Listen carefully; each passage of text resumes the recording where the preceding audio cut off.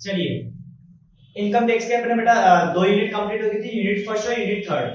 आज अपन बात करते हैं यूनिट 2, और यूनिट 2 में कोई ज्यादा क्वेश्चन नहीं है, 4 ही क्वेश्चन है, चारों इंपोर्टेंट है। पहला क्वेश्चन बोला है कि what is mean by annual value of house property, यानी कि ये हाउस प्रॉपर्टी वाले हेड का क्वेश्चन है बेटा। How it is determined under circumstances, मतलब ये डिफरेंट सिचुएशन में किस तरीके से कैलकुलेट किया जाता है। साथ ही what deduction are allowed from annual value, साथ ही एनुअल वैल्यू में से कौन कौन सी डिडक्शन दी जाती है। चलिए आओ, सबसे पहले इसने बोला है कि एनुअल वैल्यू क्या होती है। एनुअल वैल्यू को हिंदी में अपन बोलते हैं वार्षिक मूल्य। अगर हाउस प्रॉपर्टी के चार्जिंग सेक्शन की बात की जाए तो चार्जिंग सेक्शन यहाँ पे 22 है। कौन सा है चार्जिंग सेक्शन? 22। ये चार्जिंग सेक्शन एक एक नंबर में पूछ लेता है कि चार्जिंग सेक्शन कौन सा है इनकम हाउस प्रॉपर्टी का, वो है अपना 22।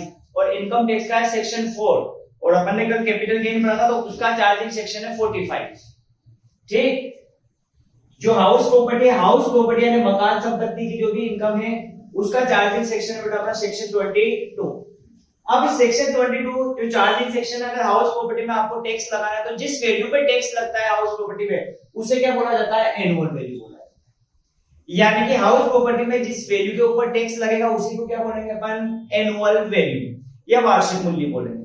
डन है।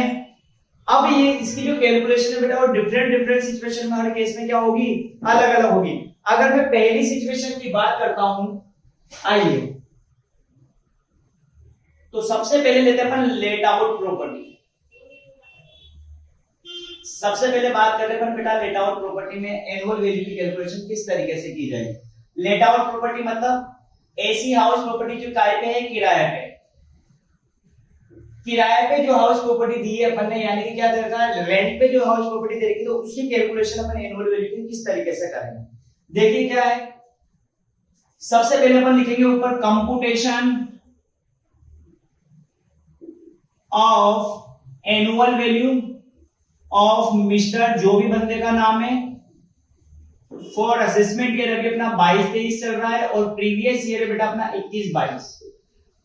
ये तो जब भी अपन प्रैक्टिकल क्वेश्चन करेंगे तो ऊपर ये सारी चीजें लिखनी है। अब अपन लेट आउट प्रॉपर्टी की बात करते हैं कि इसमें एनुअल वैल्यू की कैलकुलेशन कैसे होगी, तो ये लिखिए साहब, सबसे पहले लिखेंगे बेटा municipal value. Municipal value Hindi में बोलते हैं इसको नगर पालिका की जो मूल्यांकन है, नगर पालिका ने जो वैल्यू डिसाइड करी है वो, यानी कि इसको हिंदी में बोलते हैं नगर पालिका मूल्य। सेकंड नंबर पे रहेंगे फेयर रेंट। फेयर रेंट को हिंदी में बोलते हैं बेटा उचित किराया, यानी मार्केट में जो प्रॉपर्टी की रेट चल रही है कितने पे किराए पे जानी चाहिए वो वाला है यहाँ पे फेयर रेंट। तो पहले लिखना है म्युनिसिपल वैल्यू, दूसरे नंबर पे लिखना है फेयर रेंट, तीसरे नंबर पे लिखना है ए और B whichever is higher, यानी कि इन दोनों वैल्यू में से जो भी ज्यादा है। मान लो ये 1 लाख है म्युनिसिपल वैल्यू और फेयर रेंट है अपना 1.5 लाख, तो दोनों में से जो भी वैल्यू ज्यादा है वो अपन को यहां लिखनी है। तो इन दोनों में से वैल्यू कौन सी ज्यादा है? 1.5 लाख। ठीक, उसके बाद लिखेंगे बेटा अपन स्टैंडर्ड रेंट। स्टैंडर्ड रेंट को बोला जाता है प्रमाप किराया। हिंदी मीडियम वाले ध्यान रहे, वो भी फॉर्मेट का बनाना, इंग्लिश में बनाना है अपन को।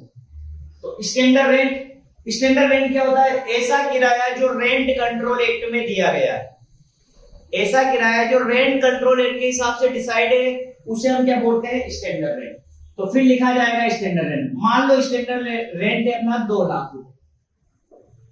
ठीक, फिर आएगा बेटा सी और D which ever is less. क्या बोला है? पहले तो क्या था? म्युनिसिपल वैल्यू फेयर रेंट में दोनों में से जो भी ज्यादा है, फिर ये जो ज्यादा वाली वैल्यू आई है उसका कंपैरिजन करके स्टैंडर्ड रेंट से, यानी कि इन दोनों में से जो भी वैल्यू कम है, तो कौन सी वैल्यू कम है यहाँ पे? 1.5 लाख और 2 लाख में से 1.5 लाख रुपए लिखा जाएगा। डन है। आगे यहां से बेटा 1 नंबर का क्वेश्चन आता है, ये जो ई वाला पॉइंट निकला है COD which ever is less, जो दोनों में से जो भी कम है, इस वाली वैल्यू को हम बोलते हैं एक्सपेक्टेड रेंट। ये याद रखना बेटा, वहां क्वेश्चन दे सकता है कि मान लो कि म्युनिसिपल वैल्यू दे रखी है 1 लाख रुपए, बी फेयर रेंट दे रखा है मान लो 1.5 लाख रुपए, और सी स्टैंडर्ड रेंट दे रखा है मान लो 2,00,000 रुपए। ये एक नंबर में क्वेश्चन बोल रहे तीनों चीज दे दी और आपसे बोला एक्सपेक्टेड रेंट फाइंड आउट करो। तो ये वाली चीज एक्सपेक्टेड रेंट है। कैसे फाइंड आउट करोगे? सबसे पहले म्युनिसिपल वैल्यू लिखोगे 1,00,000, फेयर रेंट लिखोगे 1,50,000। दोनों में से जो भी कम है वो वैल्यू यहाँ आएगी। इन दोनों में से 1,50,000 और 1,00,000 में से कौन कम है? कौन ज्यादा है? 1,50,000 वैल्यू ज्यादा है तो ज्यादा वाली वैल्यू यहाँ आएगी। उसके बाद लिखेंगे स्टैंडर्ड रेंट। तो स्टैंडर्ड रेंट दे रखा है कितना? 2,00,000। फिर इन दोनों से जो वैल्यू कम आएगी उसी को हम क्या बोलते हैं? एक्सपेक्टेड रेंट बोलते हैं। तो ये एक नंबर में यहां से क्वेश्चन आ सकता है। डन है। उसके बाद लिखेंगे अपन बेटा एफ एक्चुअल रेंट, वास्तविक किराया। मान लो वास्तविक किराया अपना 2,50,000 है, ठीक। तो फिर इन दोनों में से जो भी ज्यादा होगी वो वैल्यू अपन लिखेंगे यहां, ये लिखे, यानी कि ई और F whichever is higher. E वाले पॉइंट और एफ वाले पॉइंट में दोनों में से जो भी अमाउंट ज्यादा है वो वैल्यू आपको कहां लिखनी है? इस जगह लिखनी है। फिर इसमें से माइनस करेंगे बेटा vacancy period rent. Vacancy period rent, vacancy period rent का मतलब होता है कि जिस टाइम पीरियड में मेरा मकान क्या रहा, खाली रहा है, मतलब ना तो किराए पे दिया ना मैंने खुद में यूज किया है, तो उस पीरियड का किराया अपन यहां से क्या करेंगे? माइनस करेंगे। समझ में आएगी? उस पीरियड का किराया यहां से हम क्या करेंगे? माइनस करेंगे। तो जो वैल्यू आएगी उसे बोलेंगे GAV, gross annual value. Gross annual value. फिर इस ग्रॉस एनुअल वैल्यू में से माइनस करेंगे बेटा म्युनिसिपल टैक्स। तो जो वैल्यू आएगी उसे बोलेंगे अपन नाउ। नाउ बोले तो net annual value. Net annual value आ जाएगी अपनी। और इस नेट एनुअल वैल्यू में से बेटा अपन माइनस करेंगे deduction under section 24 A. 24 section sub section section 24 sub section A.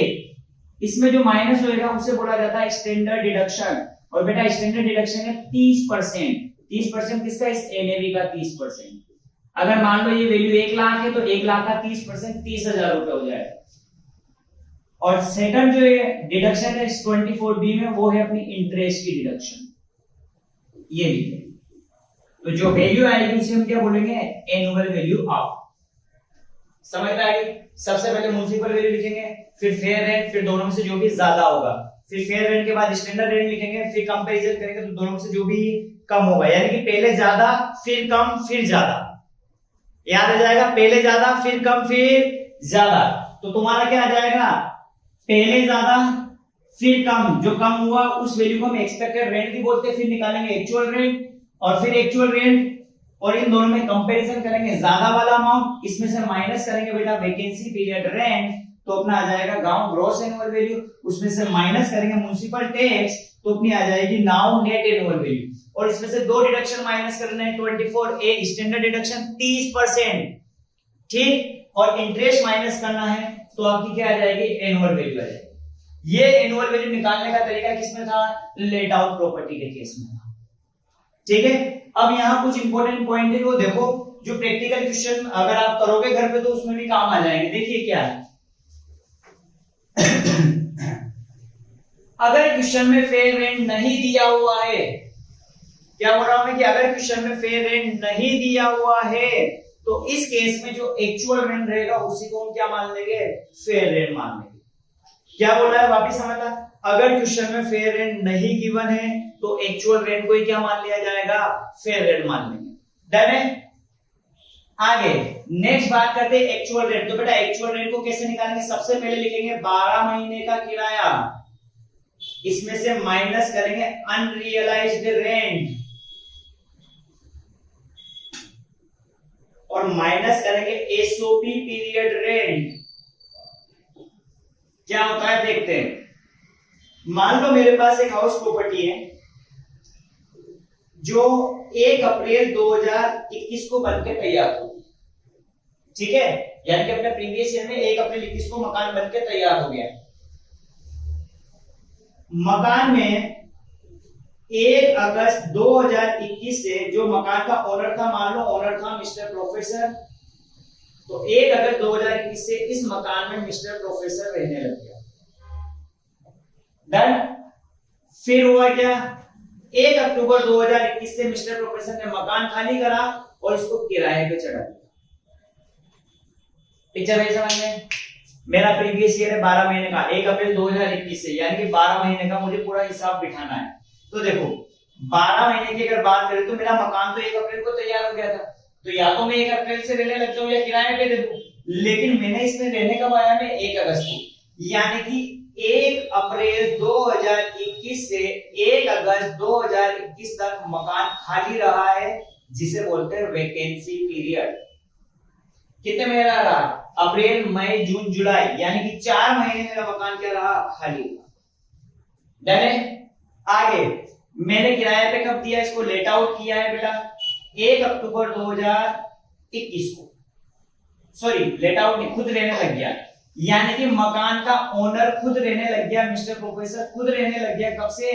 1 अगस्त से। अब 1 अगस्त से कब तक रहा होगा? 1 अक्टूबर तक, क्योंकि 1 अक्टूबर को उसने मकान खाली कर दिया था और मकान किराए पे चढ़ा दिया था, किराए पे चढ़ा दिया था। तो ये लिखिए 1 अक्टूबर 2021 तक मेरा मकान क्या रहा, मिस्टर प्रोफेसर, यानी कि मकान का ओनर रहा। तो इसे बोला जाता है बेटा SOP period, self occupied period rent. तो अगस्त, सितंबर और अक्टूबर, यानी कि अगस्त सितंबर 2 महीने मकान में कौन रहा, मकान का मालिक रहा, इसलिए इसको क्या बोलते हैं, एसओपी पीरियड रेंट। डन है।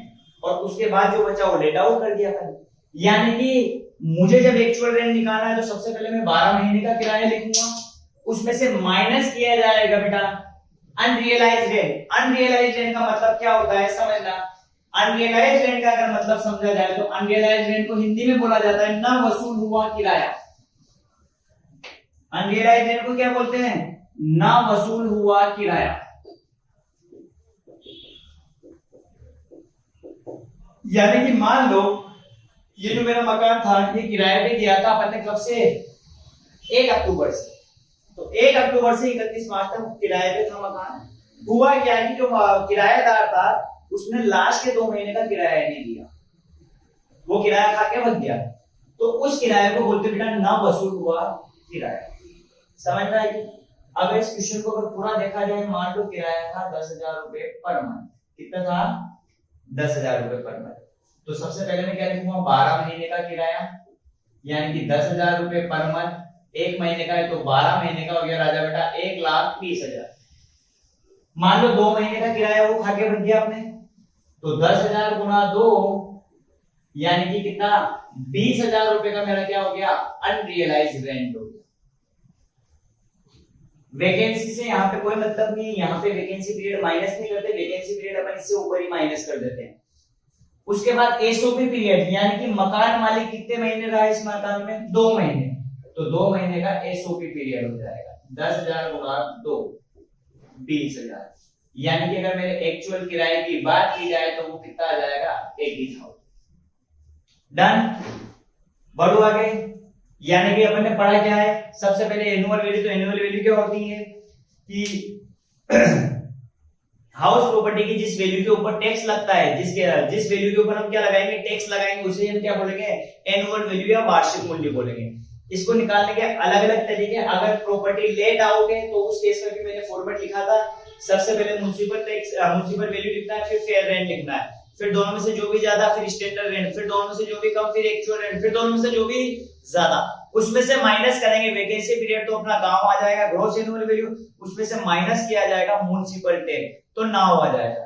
अब बेटा म्युनिसिपल टैक्स, 1 नंबर में यहां से भी क्वेश्चन आता है कि म्युनिसिपल टैक्स की क्या क्या कंडीशन होती है। तो बेटा ध्यान से समझना, म्युनिसिपल टैक्स की सबसे पहले अगर कंडीशन की बात करें तो म्युनिसिपल टैक्स का पेमेंट होना चाहिए। क्या होना चाहिए, पेमेंट। बहुत सी बार क्वेश्चन में क्या बोलेगा, अगर प्रैक्टिकल क्वेश्चन करते हैं कि 10,000 का म्युनिसिपल टैक्स था, लेकिन हमने सिर्फ 8,000 ये अभी क्या करा है, पे करा है, और 2,000 अभी पे नहीं करा है। पे नहीं करा है मतलब बकाया है, बकाया को बोलते हैं अपन आउटस्टैंडिंग। तो बेटा जो म्युनिसिपल टैक्स माइनस होगा वो सिर्फ कितना माइनस होगा, 8,000 रुपए माइनस होगा, जितना अपन ने पे किया। और साथ ही पेमेंट होना चाहिए। बहुत सी बार क्वेश्चन में क्या बोलता है कि क्वेश्चन में बोला है कि उसने लास्ट ईयर का म्युनिसिपल टैक्स का पेमेंट नहीं करा था, इसलिए वो इस प्रीवियस ईयर में 2 साल का क्या कर रहा है, पेमेंट कर रहा है, तो फिर यहाँ 2 साल के माइनस होगा। समझ में आएगी? यानी कि म्युनिसिपल टैक्स पेमेंट बेसिस पे क्या होगा, माइनस होगा। साथ ही जो म्युनिसिपल टैक्स का पेमेंट है वो कौन करेगा, ओनर करना चाहिए। पेमेंट कौन करना चाहिए, ओनर। अगर ओनर ने पेमेंट नहीं किया है, मतलब किराएदार ने किया है, अपने लैंडलॉर्ड किसने किया है, टेनेंट ने किया है, तो इस केस में म्युनिसिपल टैक्स माइनस नहीं करेंगे। यानी कि म्युनिसिपल टैक्स की दो ही कंडीशन है में, पेमेंट बेसिस पे अलाउ होगा, अगर पेमेंट होगा तभी माइनस करना है, दूसरा उसका पेमेंट कौन करना चाहिए, ओनर करना चाहिए, तभी माइनस होगा, अदरवाइज म्युनिसिपल टैक्स यहाँ पे माइनस नहीं होगा। डन है? आगे बढ़ते हैं। तो ये तो लेट आउट प्रॉपर्टी के केस में हो गया। अगर लेट आउट प्रॉपर्टी नहीं है, जो प्रॉपर्टी वो सेल्फ ऑक्यूपाइड है, तो थर्ड केस हो जाएगा अपना सेल्फ ऑक्यूपाइड। तो सेल्फ ऑक्यूपाइड में अपन एनुअल वैल्यू कैसे निकालेंगे, देखना ध्यान से। ये लीजिए साहब, SOP self occupied period, self occupied period मतलब मकान को मैंने किराए पे नहीं दिया है, मकान का जो ओनर है वही मकान में क्या कर रहा है, रह रहा है। तो इस केस में बेटा जो अगर मेरे पास दो मकान है, दो हाउस प्रॉपर्टी है, तो दोनों की एनएवी हम क्या मानेंगे, नील मानेंगे। दोनों की एनएवी क्या मानेंगे, नील। अगर दो से ज्यादा मकान है, दो से ज्यादा हाउस प्रॉपर्टी मकान है, तो कोई भी दो मकान का यानी एनी टू हाउस प्रॉपर्टी की आपको एनएवी क्या माननी है, नील माननी है। मान लो 3 मकान है, तो 3 में से मैं कोई से भी 2 मकान की एनएवी क्या मान लूंगा, नील। इनकम टैक्स वालों ने कुछ भी रेस्ट्रिक्शन नहीं लगाया कि इसी मकान की एनएवी नील मानी, आपकी मर्जी पड़े जिसकी एनएवी क्या मान लो, नील मान लो। अब मर्जी पड़े मतलब तो अपन तो टैक्स कम देना है, यानी कि जिसकी वैल्यू ज्यादा रहेगी उसकी वैल्यू हम क्या मानेंगे, नील मानेंगे, ताकि हमें टैक्स क्या देना पड़ेगा, कम देना पड़ेगा। डन है? तो सेल्फ ऑक्यूपाइड में ये 2 पॉइंट लिखने हैं कि अगर 2 हाउस प्रॉपर्टी है तो दोनों की एनएवी क्या मानी जाएगी, नील मानी जाएगी। अगर 2 से ज्यादा हाउस प्रॉपर्टी है तो कोई से भी 2 मकान की एनएवी हम क्या मानेंगे, नील मानेंगे। डन है? आगे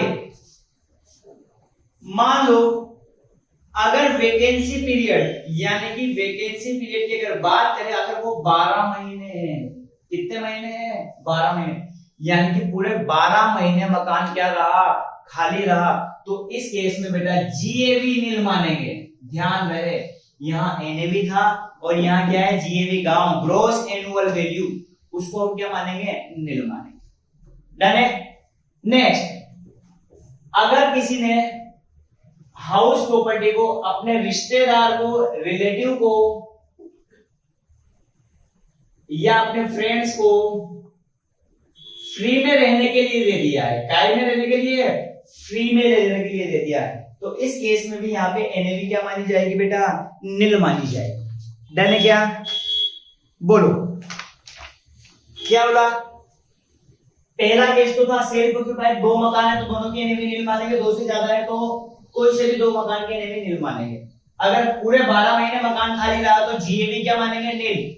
और नेक्स्ट पॉइंट है, अगर मैंने हाउस प्रॉपर्टी मेरे रिलेटिव को दी है या मेरे दोस्तों को फ्री में रहने के लिए दी है, तो इस केस में बेटा एनुअल वैल्यू को नील मानेंगे।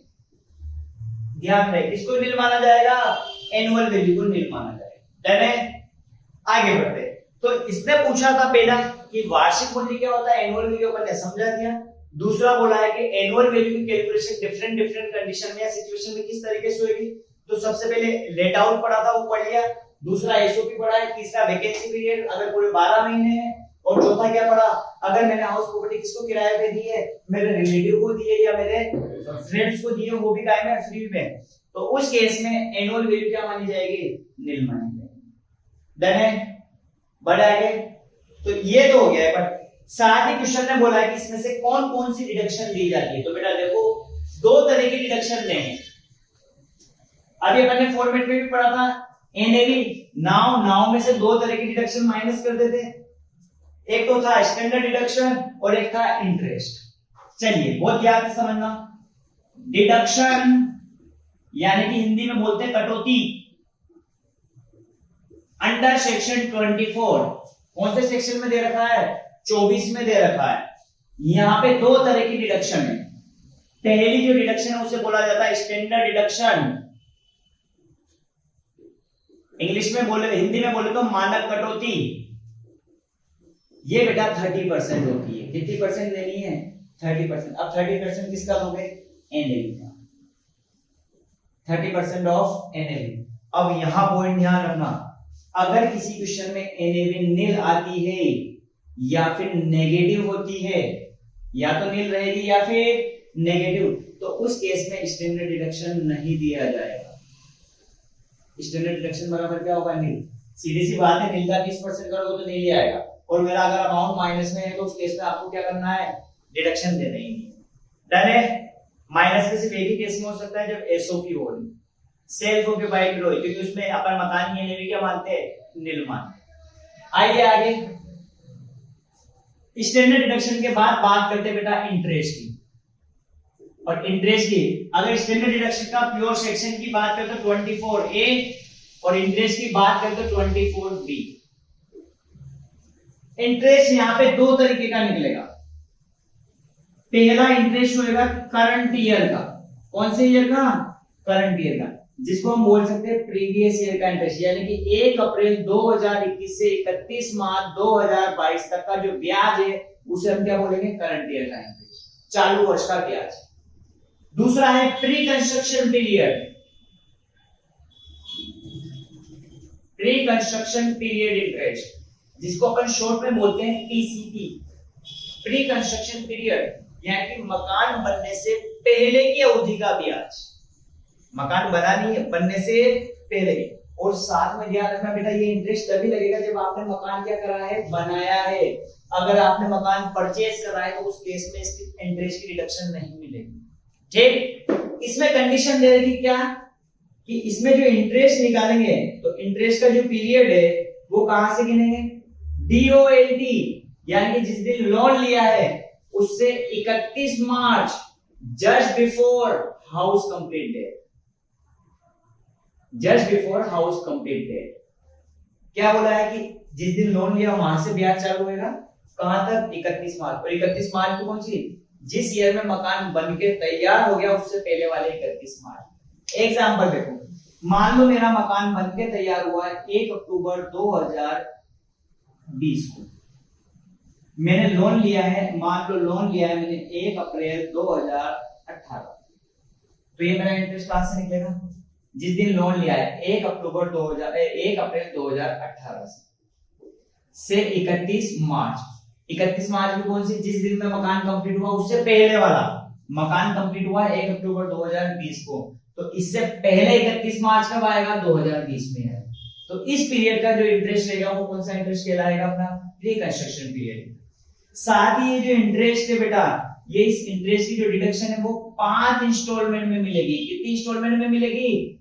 5 इंस्टॉलमेंट में। और जो पहली इंस्टॉलमेंट है वो जाएगी आपकी in the year of house complete, in the year of house, यानी जिस ईयर में मकान बनकर तैयार हो गया उस ईयर में पहली इंस्टॉलमेंट जाएगी। यहाँ पे मकान कब तैयार हुआ है? 2020 में, यानी कि पहली इंस्टॉलमेंट जाएगी 2021। डन है? ये 5 इंस्टॉलमेंट में जाएगा। और कितनी किस्त जाएगी? 5। और पहली किस्त कब जाएगी? जिस ईयर में मकान बनकर तैयार हो गया है। डन है? तो ये इंटरेस्ट यहाँ पे अगर डिडक्शन की बात करें तो दो, एक तो स्टैंडर्ड डिडक्शन 30% है। इंटरेस्ट अंडर सेक्शन 24B, ये दो तरह का इंटरेस्ट है, करंट ईयर का है, प्री कंस्ट्रक्शन पीरियड का। करंट ईयर बोले तो वही प्रीवियस ईयर जो भी चल रहा है। प्री कंस्ट्रक्शन पीरियड बोले तो जिस ईयर में, जिस डेट को लोन लिया है वहां से लेके 31 मार्च, और 31 मार्च में कौन सा? जिस ईयर में मकान तैयार हुआ है, जिस डेट को मकान तैयार हुआ उससे पहले वाले 31 मार्च। और ये कितनी इंस्टॉलमेंट में जाएगा? 5 इंस्टॉलमेंट में जाएगा। और जो पहली इंस्टॉलमेंट है वो कब जाएगी? जिस ईयर में मकान बनके तैयार हुआ। डन है? चलिए, तो ये कटौतियां डिडक्शन होगी। अब बात करते हैं इंटरेस्ट को। बेटा इसकी इंटरेस्ट की कुछ लिमिट दे रखी है। क्या दे रखी है? लिमिट। देखिए इंटरेस्ट की लिमिट क्या दे रखी है, पढ़ते हैं। इंटरेस्ट लिमिट, इंटरेस्ट की क्या दे रखी है? लिमिट दे रखी है, तो देखिए क्या है, अप टू 2 लाख और अप टू 30,000, यानी कि 2 लाख रुपए तक और 30,000 रुपए तक। 2 लाख रुपए तक की अगर आपको डिडक्शन लेनी है, और बेटा ये जो लिमिट दे रखी है, अगर लिमिट की बात की जाए तो ये जो लिमिट है ये 100% एसओपी के केस में है। काय के केस में है? 100% एसओपी। या फिर एक काम करो, इस टेबल को आप इस तरीके से बना दो, अगर मकान लेट आउट है यानी कि मकान किराए पे दे रखा है, तो इस केस में नो लिमिट, कोई लिमिट नहीं है, कितना भी इंटरेस्ट माइनस कर सकते हो। 5 लाख का है तो 5 लाख का इंटरेस्ट क्या कर दो, माइनस कर दो। लेकिन अगर मकान 100% एसओपी है, यानी कि 100% एसओपी मतलब सेल्फ ऑक्युपाइड, यानी कि पूरे मकान में 12 महीने कौन रहा, मकान का मालिक ही रहा, तो इस केस में बेटा यहाँ 2 लिमिट है, up to 2 lakh, up to 2 lakh और अप टू 30,000। 2 लाख की लिमिट के लिए यहाँ पे 3 कंडीशन दे रखी है। कितनी कंडीशन है? 3। और ये तीनों कंडीशन क्या होनी चाहिए? ऑल फुलफिल, तीनों कंडीशन पूरी होनी चाहिए। अगर तीनों कंडीशन पूरी होगी तभी हम 2 लाख रुपए तक की डिडक्शन ले सकते हैं। लेकिन अगर 3 कंडीशन में से एक कंडीशन भी पूरी नहीं होती है तो इस केस में फिर 30,000 से ज्यादा की लिमिट डिडक्शन हम नहीं देंगे। डन है? पहली कंडीशन क्या है कि डेट ऑफ लोन टेकन 1/4/99 है या फिर इसके बाद है, यानी कि जो लोन लेने की डेट है वो 1/4/99 होनी चाहिए या फिर उसके बाद होनी चाहिए, तभी आपको 2 लाख की डिडक्शन मिलेगी। साथ ही जो लोन लिया है उस लोन का जो पर्पस है वो या तो परचेज करने के लिए लिया हो मकान को या फिर मकान को बनाने के लिए लिया हो, या तो परचेज करने के लिए लिया हो या फिर मकान बनाने के लिए लिया हो। डन है? अगर मान लो क्वेश्चन में बोल रहे कि लोन काय के लिए लिया है, रिपेयर के लिए लिया है, तो बेटा फिर इधर डिडक्शन नहीं मिलेगी, फिर वो काय में आ जाएगा 30,000 में। डन है? यानी कि लोन का पर्पस 2 ही होना चाहिए, तो मकान बनाने के लिए लोन लिया या फिर मकान खरीदने के लिए लोन लिया। तीसरा, जिस ईयर में लोन लिया है, जिस ईयर में लोन लिया है उस ईयर के एंड से 5 साल के अंदर मकान बन के तैयार हो जाना चाहिए। कितने साल के अंदर? 5 साल के। समझना बात क्या बोला है। जिस ईयर में लोन लिया है, मान लो लोन लिया है 1 अक्टूबर 2017, तो उस ईयर के एंड से ये लोन लिया है, इस ईयर का एंड कब होएगा? 31 मार्च 18 को। तो यहां से 5 साल के अंदर मकान बन के तैयार हो जाना चाहिए। अगर 5 साल के अंदर मकान बनके तैयार नहीं हुआ, यानी कि 5 साल के बाद बनके तैयार हुआ, तो फिर 30,000 की लिमिट है। डन है? हाँ, ये लीजिए क्वेश्चन नंबर 1 अपना है। ये जो क्वेश्चन था वो क्या हो गया? कंप्लीट हो गया। देखो ये पढ़ते हैं, इसमें क्या क्या लिखा हुआ है, फटाफट पढ़ते हैं। सबसे पहले इसने बोल रखा है कि एनुअल वैल्यू के बारे में बता रखा है कि क्या बोला है एनुअल वैल्यू, कि the tax is charge on the annual value of house property. क्या बोला है कि जो टैक्स लगेगा वो किस पे लगेगा? एनुअल वैल्यू पे लगेगा।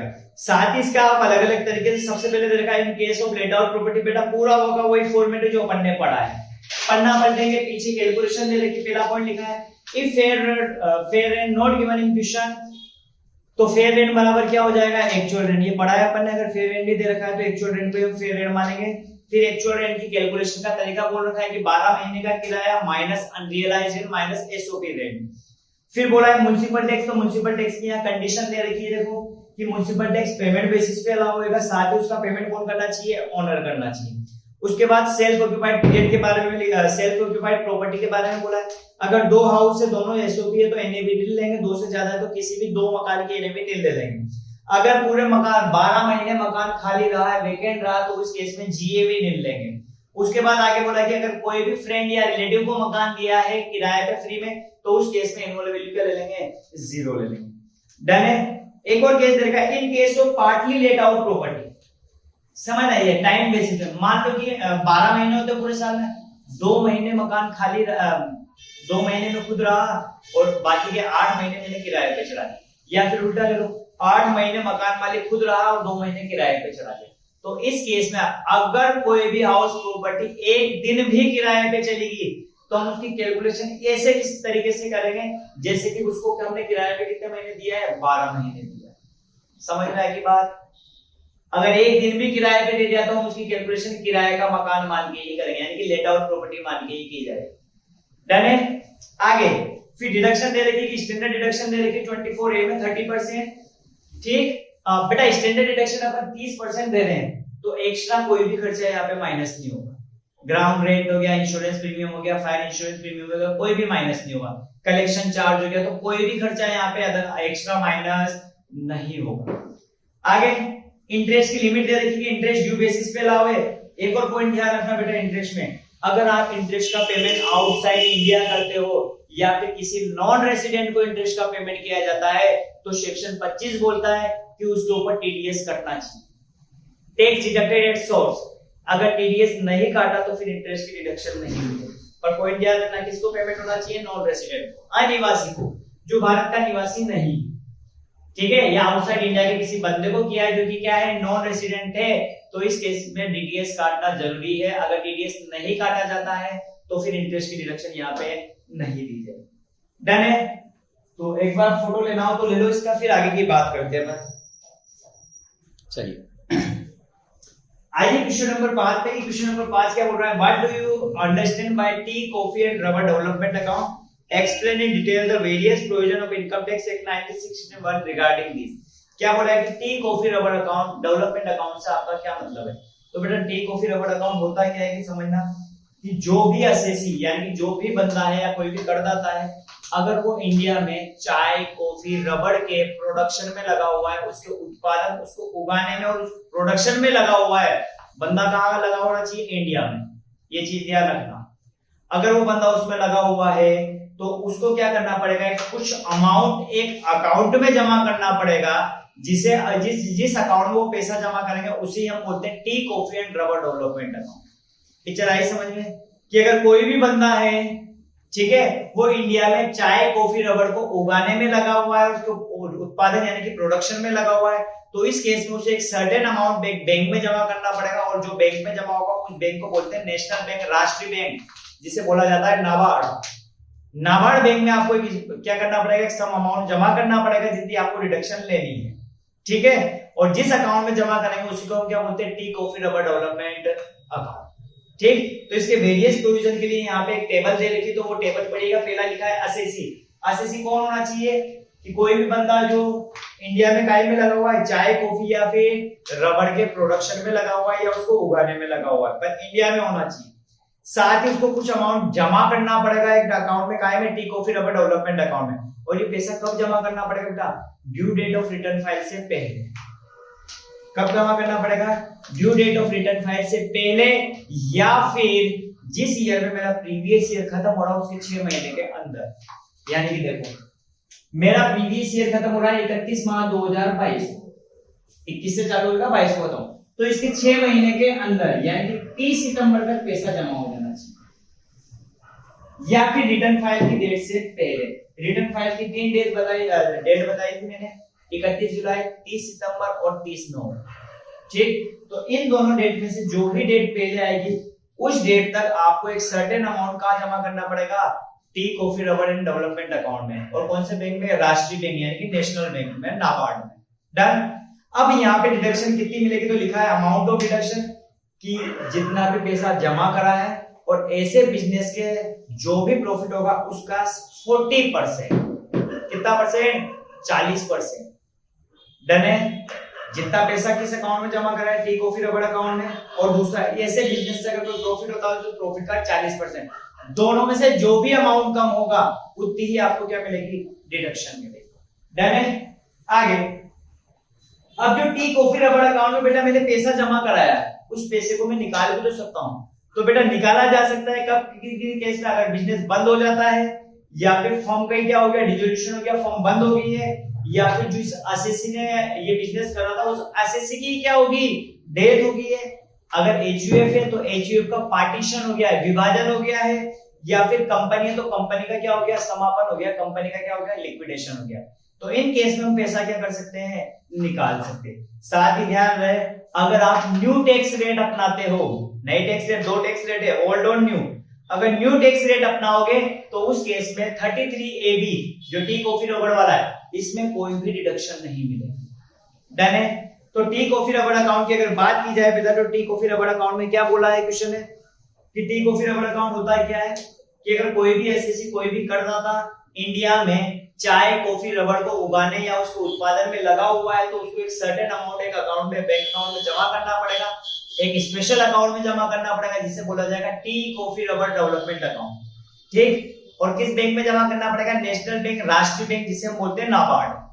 डन है, क्योंकि एग्रीकल्चर से रिलेटेड है।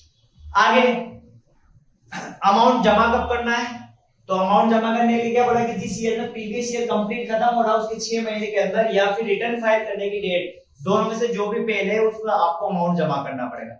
साथ में आपको डिडक्शन कितना मिलेगा, जितना पैसा आपने उस बैंक अकाउंट में जमा कराया है और जो भी प्रॉफिट हुआ उसका 40%, दोनों में से जो भी कम है उसकी आपको क्या मिल जाएगी, डिडक्शन मिल जाएगी। साथ ही इसमें जो पैसा जमा कराया उसको आप विड्रॉल कर सकते हो, तो विड्रॉल के केस दे के कब कर सकते हो कि अगर या तो बिजनेस बंद हो जाए या फिर कंपनी तो कंपनी का लिक्विडेशन हो जाए, फर्म है तो फर्म का क्या हो जाए, डिसोल्यूशन हो जाए, अगर एसएससी की क्या हो जाए, डेथ हो जाए, और अगर एचयूएफ है तो एचयूएफ का क्या हो जाए, पार्टीशन हो जाए, तो उस केस में इसमें से हम पैसा क्या कर सकते हैं, विड्रॉल कर सकते हैं। साथ ही अगर आप न्यू टैक्स रेट अपनाते हो तो सेक्शन 33AB जेडी को इसमें कोई भी आपको डिडक्शन नहीं मिलेगी। तो ये छोटा सा ही क्वेश्चन था, एक बार पढ़ लीजिए इस क्वेश्चन पे इसमें क्या क्या लिखा हुआ है। चलिए नेक्स्ट क्वेश्चन आते हैं बेटा, क्वेश्चन नंबर जो है अपना क्वेश्चन नंबर 6 है। क्वेश्चन नंबर 6 बोल रहा है कि specify the expenses which are expressly allowed in computing taxable profit from business. ये बोल रहा है कि उन खर्चों की लिस्ट बनाइए जो अलाउड है किसमें, बिजनेस में। बेटा समझना क्वेश्चन बोल क्या रहा है, समझना पूरी पिक्चर।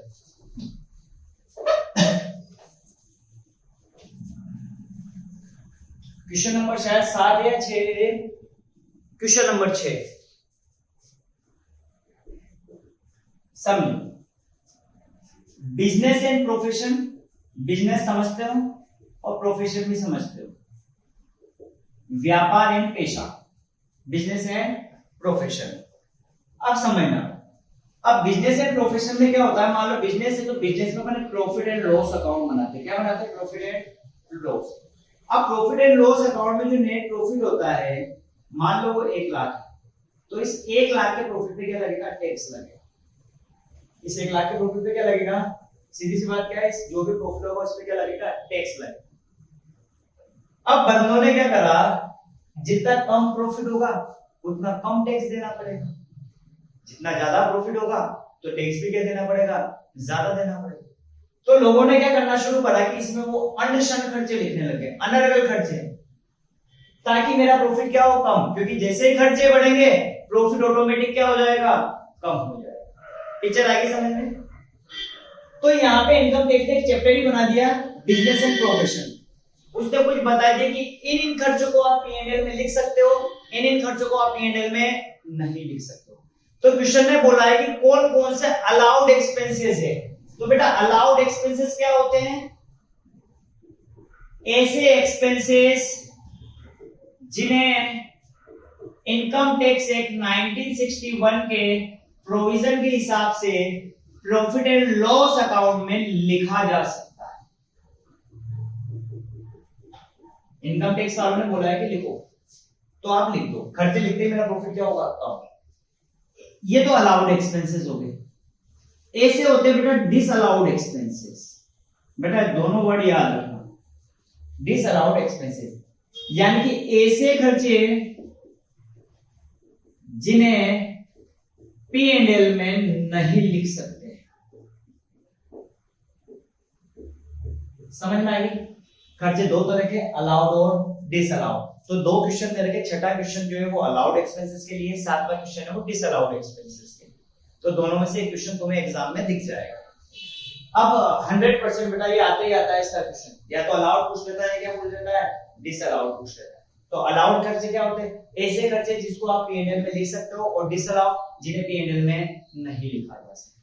डन है। तो आइए एक एक खर्चा पढ़ते हैं। सबसे पहले बात करते हैं अपन अलाउड एक्सपेंसेस में।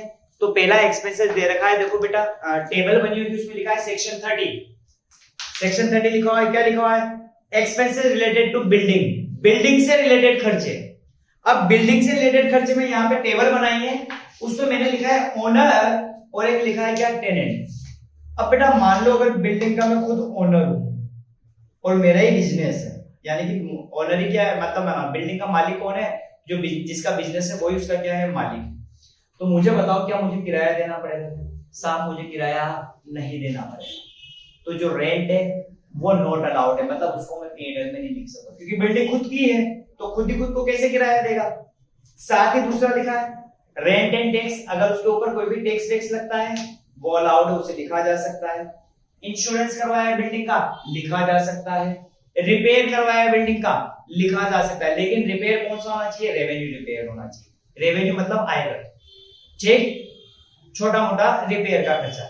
लेकिन अगर कैपिटल रिपेयर है, मतलब बहुत बड़ा खर्चा कराया है, तो उसको मैं P&L में नहीं लिख सकता हूं, लेकिन उस वैल्यू के ऊपर मैं डेप्रिसिएशन लगा सकता हूं अंडर सेक्शन 32।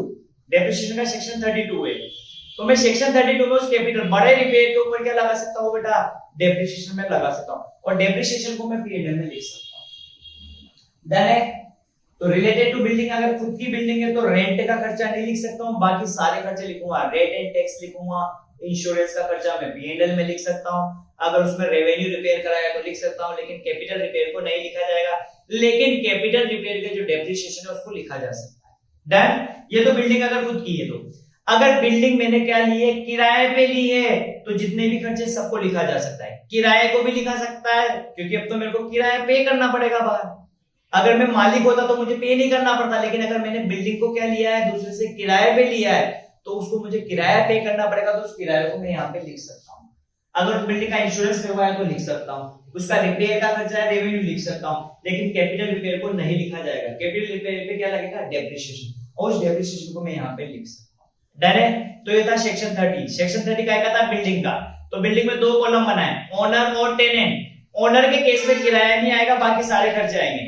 और जो क्या है? टेनेंट है, अगर मैंने बिल्डिंग किराए पे ली तो सारे खर्चे आएंगे, सिर्फ कौन सा नहीं आएगा? लास्ट में दोनों जगह कैपिटल रिपेयर नहीं आएगा, उसके ऊपर डेप्रिसिएशन लग सकता है। डन। सेकंड जो पॉइंट है वो है section 31, plant machinery and furniture से रिलेटेड खर्चे।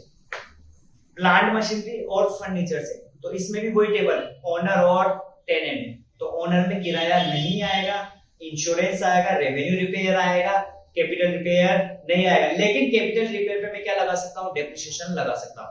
और अगर किराए पे लिया है, टेनेंट है, तो उस केस में रेंट भी आ जाएगा। डन है। मतलब सेक्शन दोनों क्या है? सेम है। नेक्स्ट सेक्शन पढ़ते हैं। सेक्शन इसमें दे रखा है 35A expenses for obtaining telecommunication licence. Telecommunication licence मतलब टेलीकम्युनिकेशन दूर संचार, ये फोन वोन के लिए जियो वाले हैं। तो अगर मैंने जैसे जियो वाले ने कंपनी लॉन्च की तो उसको लाइसेंस लेना पड़ेगा, क्योंकि वो टेलीकम्युनिकेशन, और लाइसेंस कौन देगी? गवर्नमेंट देगी। तो अगर मैंने कोई भी टेलीकम्युनिकेशन का लाइसेंस लिया है तो उस लाइसेंस को किस तरीके से लिखा जाएगा? तो देखो पहला पॉइंट में क्या लिखा है? अगर बिजनेस प्रारंभ होने से पहले, यानी कि बिजनेस स्टार्ट होने से पहले, बिजनेस का कमेंसमेंट होने से पहले अगर मैंने लाइसेंस ले लिया है, तो जिस ईयर में मैं बिजनेस क्या करूंगा? स्टार्ट करूंगा, उस ईयर में मैं P&L में खर्चा लिख सकता हूँ कि साहब इतना लाइसेंस का मेरा क्या लगा है? खर्चा लगा है। डन है। क्या बोला है? बिजनेस स्टार्ट करने से पहले लिया है, तो जिस ईयर में बिजनेस स्टार्ट करूंगा उस ईयर में वो सारा खर्चा लिखूंगा। फिर इसी में बोला अगर बिजनेस स्टार्ट होने के बाद लिया है तो कोई बात नहीं, जिस ईयर में लूंगा। मान लो मैंने कितने लिया है? 10 लाख का लिया है, लाइसेंस कितने का लिया है? 10 लाख, और बिजनेस स्टार्ट किया उसके बाद लिया है, और इस लाइसेंस की मेरी जो वैलिडिटी है वो 10 साल है। कितने साल है? तो कोई बात नहीं, 10 लाख को डिवाइड कर दो 10 साल से, यानी कि हर साल में P&L में कितना लिख सकता हूँ? 1 लाख रुपए। कितने साल तक? 10 साल। इतना आगे क्लियर? तो ये सेक्शन था 35A डन है। तो पहला सेक्शन था सेक्शन 30, वो था किससे? बिल्डिंग से रिलेटेड। फिर था 31 प्लांट मशीनरी और फर्नीचर से रिलेटेड, और 35A ये था अपना टेलीकम्युनिकेशन लाइसेंस। नेक्स्ट पढ़ते हैं section 35CCC agriculture extension project. बेटा बहुत बढ़िया सेक्शन है, इसमें सीधा लिखना है अलाउड। अगर कोई भी एग्रीकल्चर एक्सटेंशन, एग्रीकल्चर यानी कि एग्रीकल्चर एक्सटेंशन प्रोजेक्ट को हिंदी में बोला जाता है क्या, अपना क्या बोलते हैं, कृषि विस्तार परियोजना। यानी कि एग्रीकल्चर के ऊपर मैंने अगर कोई भी खर्चा करा है तो उसको मैं पूरा P&L में लिख सकता हूँ। समझ में आएगी बात? 100% पूरा खर्चा लिखा जा सकता है except land and building. Land and building अगर मैंने लैंड एंड बिल्डिंग को खरीदने में अगर कोई खर्चा किया तो उसको मैं P&L में नहीं लिखूंगा। साथ ही बेटा याद रखना, अगर न्यू टैक्स रेट है तो सेक्शन 35 एप्लीकेबल नहीं होगा, मतलब उस केस में इस खर्चे को मैं P&L में नहीं लिख सकता हूं अगर न्यू टैक्स रेट में मैं जाता हूं, क्योंकि दो टैक्स रेट के ऑप्शन है एसएससी के पास, या तो ओल्ड टैक्स रेट से टैक्स देते या फिर न्यू टैक्स रेट से देते। नेक्स्ट है सेक्शन 35CCC था एक तो, और उसके बाद ही दे रखा है बेटा एक और सेक्शन कि स्किल डेवलपमेंट प्रोजेक्ट से रिलेटेड। काय से रिलेटेड दे रखा है? स्किल डेवलपमेंट प्रोजेक्ट से रिलेटेड खर्चा दे रखा है। बेटा इसमें जो सेक्शन दे रखा है, जो पांचवा पॉइंट है वो 35CCC गलत हो गया, मिसप्रिंट है वो 35CCD है वो सेक्शन 35CCD। 35C एक तो CCC, ये तो एग्रीकल्चर वाला, और ये स्किल डेवलपमेंट वाले में सी की जगह क्या कर लेना, डी कर लेना। तो बेटा ये भी सेम ऊपर वाले जैसा है। क्या बोला इसने कि expenditure incurred by companies on notified skill development project. अगर स्किल डेवलपमेंट प्रोजेक्ट के ऊपर अगर कोई भी कंपनी कोई खर्चा करती है तो वो 100% P&L में क्या कर सकती है, लिख सकती है, लेकिन एक्सेप्ट लैंड एंड बिल्डिंग। अगर लैंड एंड बिल्डिंग के ऊपर कोई खर्चा किया तो उसे P&L में नहीं लिखा जाएगा। और वापस से सेम वही बात, अगर न्यू टैक्स रेट है तो सेक्शन 35CCD भी एप्लीकेबल नहीं होगा। डन। नेक्स्ट सेक्शन दे रखा है वॉलंटरी रिटायरमेंट स्कीम। एक्सपेंस किया है वॉलंटरी रिटायरमेंट स्कीम, ये सारे एम्प्लॉय के लिए एसएससी के ऊपर है। DDA सेक्शन है 35DDA। देखो बेटा इसमें बोला क्या है, होता है क्या है वॉलंटरी रिटायरमेंट क्या होता है, अगर कोई एम्प्लॉय है, मान लो मिस्टर प्रोफेसर जो फर्म है उसके अंदर जो कोचिंग उसके अंदर 4-5 फैकल्टी क्या कर रही है, काम कर रही है, ठीक है, पढ़ा रही है। अब मान लो उसमें से 2 फैकल्टी क्या कर रही है, रिटायरमेंट लेना चाहे, तो बेटा जब रिटायरमेंट होगी तो उसको कुछ पैसा कंपनी वाले को देना पड़ेगा, ठीक है। तो वो जो खर्चा होता है उसे बोला जाता है expenditure on voluntary retirement scheme. तो इस खर्चे को भी आप P&L में लिख सकते हो, लेकिन कितनी इंस्टॉलमेंट में, 5 इंस्टॉलमेंट में। अगर मान लो मैंने एम्प्लॉय को 5 लाख रुपए दिए तो 5 लाख डिवाइड बाय 5, हर साल में कितने रुपए लिख सकता हूँ, 1 लाख रुपए। कितने साल तक लिखूंगा, 5 साल। तो ये सेक्शन याद रखना 35 कौन सा है, ये DDA वॉलंटरी रिटायरमेंट स्कीम। और लास्ट सेक्शन याद दे रखा है सेक्शन 35E। सेक्शन 35E ये है बेटा माइनिंग बिजनेस के लिए। काय के लिए? अगर आप माइनिंग बिजनेस का काम कर रहे हो तो इस केस में आप जो भी खर्चा कर रहे हो उसको 10 साल तक क्या कर सकते हो, लिख सकते हो। मतलब 10 साल में राइट ऑफ करना है। माइनिंग पे अगर मैंने 10 लाख का खर्चा करा है तो 10 को डिवाइड कर दो 10 ईयर से, देखो कितना आ गया, हर साल में कितना लिख सकता हूँ, 1 लाख रुपए लिख सकता हूँ। लेकिन ध्यान रहे अगर कोई कैपिटल एक्सपेंडिचर है, मतलब कोई मशीन खरीदी, प्लांट खरीदा है, तो उसको मैं P&L में नहीं लिखूंगा। पिक्चर आगे समझ में? यानी ये सारे खर्चे अलाउड है। तो मैंने यहाँ पे 7 एक्सपेंडिचर दे रखे। तो पहला एक्सपेंडिचर क्या था, सेक्शन 30 बिल्डिंग से रिलेटेड, दूसरा था 31 प्लांट मशीनरी और फर्नीचर से रिलेटेड, फिर था सेक्शन 35 ADD टेलीकम्युनिकेशन लाइसेंस, फिर था 35 CCC एग्रीकल्चर एक्सटेंशन प्रोजेक्ट, फिर था स्किल डेवलपमेंट प्रोजेक्ट 35CCD, फिर था section 35DDA voluntary retirement scheme, और फिर था सेक्शन 35E माइनिंग बिजनेस। समझ में आएगी बात? तो ये 7 पॉइंट लिख रखे बेटा, इस पे आप एक्स्ट्रा पॉइंट लिख सकते हो अगर लिखना चाहो तो। यहाँ पे सेक्शन 33AB टी कॉफी रबड़ वाला भी लिख सकते हो, ठीक है। साथ ही अगर जब क्वेश्चन नंबर 8 पढ़ेंगे तो उसमें कुछ सेक्शन मैंने वहां समझा रखे। अगर क्वेश्चन 10 नंबर का आता है तो बेटा 6 या 7 पॉइंट लिखना है, तो ये अपना कवर है। अगर 20 नंबर का क्वेश्चन आता है तो अपन 2-3 पॉइंट क्या करेंगे, एक्स्ट्रा लिखेंगे, जो मैंने क्वेश्चन नंबर 8 में क्या कर दिए हैं, कवर कर दिए। तो ये 10 नंबर का बना दिया। अगर 20 नंबर का आता तो ये 7 पॉइंट तो लिखने हैं, साथ में 1-2 सेक्शन और आपको एक्स्ट्रा लिखने पड़ेंगे, ठीक है।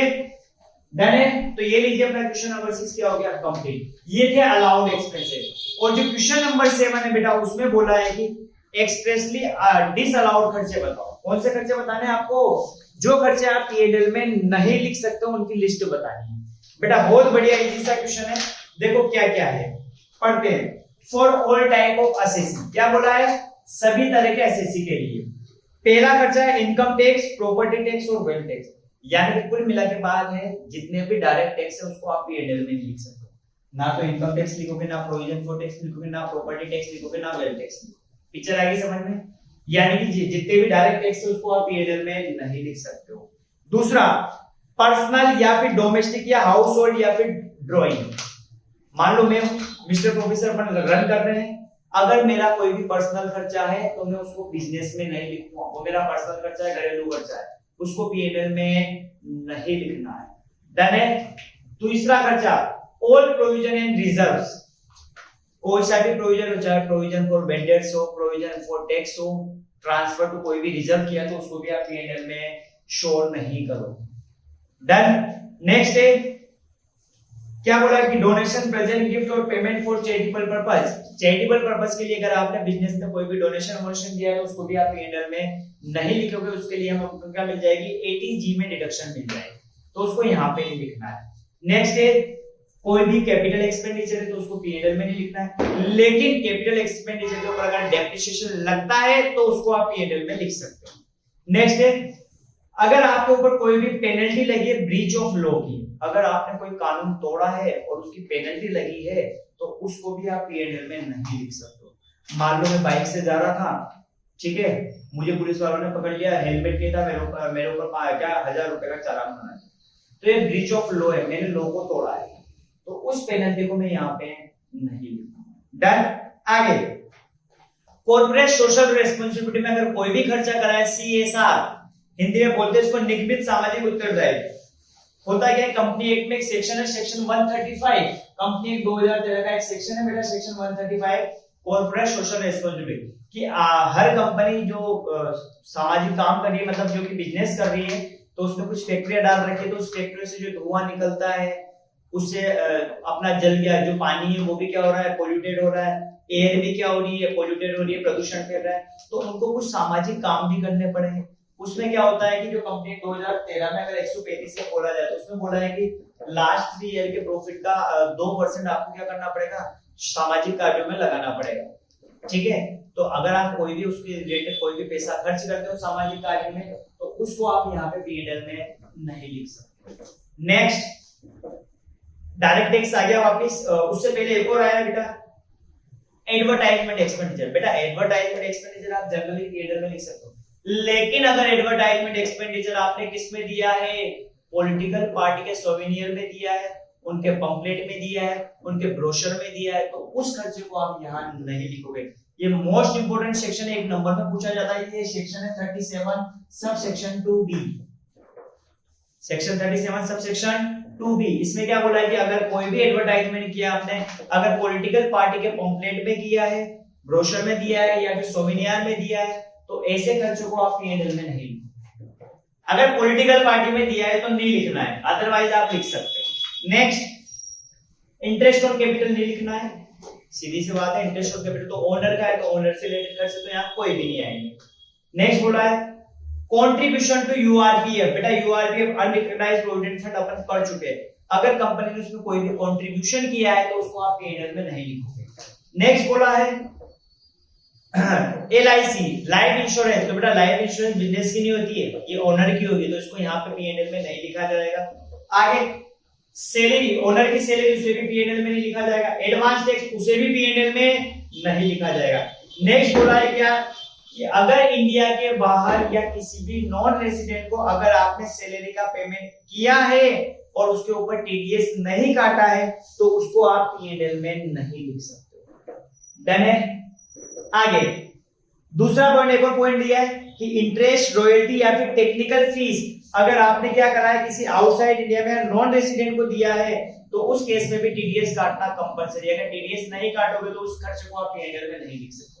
यानी कि टीडीएस वाले यहाँ 2 पॉइंट हो गए, एक तो सैलरी वाला हो गया, एक इंटरेस्ट, रॉयल्टी और टेक्निकल फीस वाला हो गया। डन है।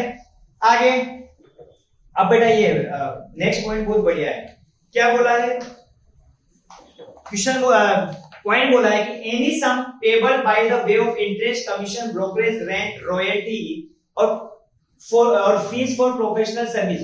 फीस यहाँ पे जब तुमने अगर प्रैक्टिकल क्वेश्चन करे होंगे पीजीबी में तो ऑडिट फीस आता है, यहाँ पे क्या आता है, ऑडिट फीस। तो इस केस में उन्होंने बोला है कि अगर आप कोई भी इंटरेस्ट का, कमीशन का या फिर ऑडिट फीस का किसी रेसिडेंट को पेमेंट करते हो और अगर आपने टीडीएस नहीं काटा है तो 30% खर्चा डिसअलाउड हो जाएगा। यानी कि अगर 1 लाख का खर्चा है तो 1 लाख में से 30% 1 लाख का, यानी कि 30,000 का खर्चा मैं P&L में नहीं लिखूंगा, मैं सिर्फ कितना खर्चा लिखूंगा 70,000 रुपए। पिक्चर आगे समझ में। आगे हफ्ता, रिश्वत, ब्राइब हो तो रिश्वत या कोई भी सीक्रेट कमीशन कमाया है तो उसको भी आप P&L में नहीं लिख सकते। ये था फॉर ऑल एम्प्लॉय। क्या क्या था? अगर जनरल बात की जाए तो कैपिटल एक्सपेंडिचर नहीं लिखना है, पर्सनल एक्सपेंसेस नहीं लिखना है, ड्राइंग हो गया, घरेलू एक्सपेंसेस नहीं लिखना है। अगर किसी भी आउटसाइड इंडिया में या नॉन रेसिडेंट बंदे को अपन ने सैलरी का पेमेंट किया तो अगर टीडीएस नहीं काटा है तो आप P&L में नहीं लिख सकते हो। एक और पढ़ा था इसमें, अगर कोई कमीशन का पेमेंट किया अगर आउटसाइड इंडिया में तो उस केस में भी आपको क्या काटना है? टीडीएस काटना कंपलसरी। अगर टीडीएस नहीं काटा तो आप P&L में नहीं लिख सकते हो।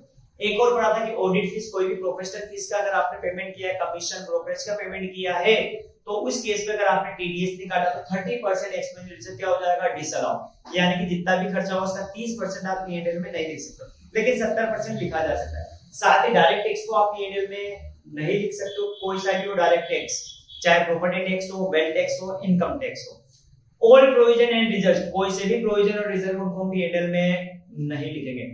हफ्ता हो गया, किसी को हफ्ता दिया है गुंडों को, या फिर अपने क्या दिया है, किसी को रिश्वत दिया है, कोई भी सीक्रेट कमीशन कमाया है तो उसको भी आप P&L में नहीं लिख सकते हो।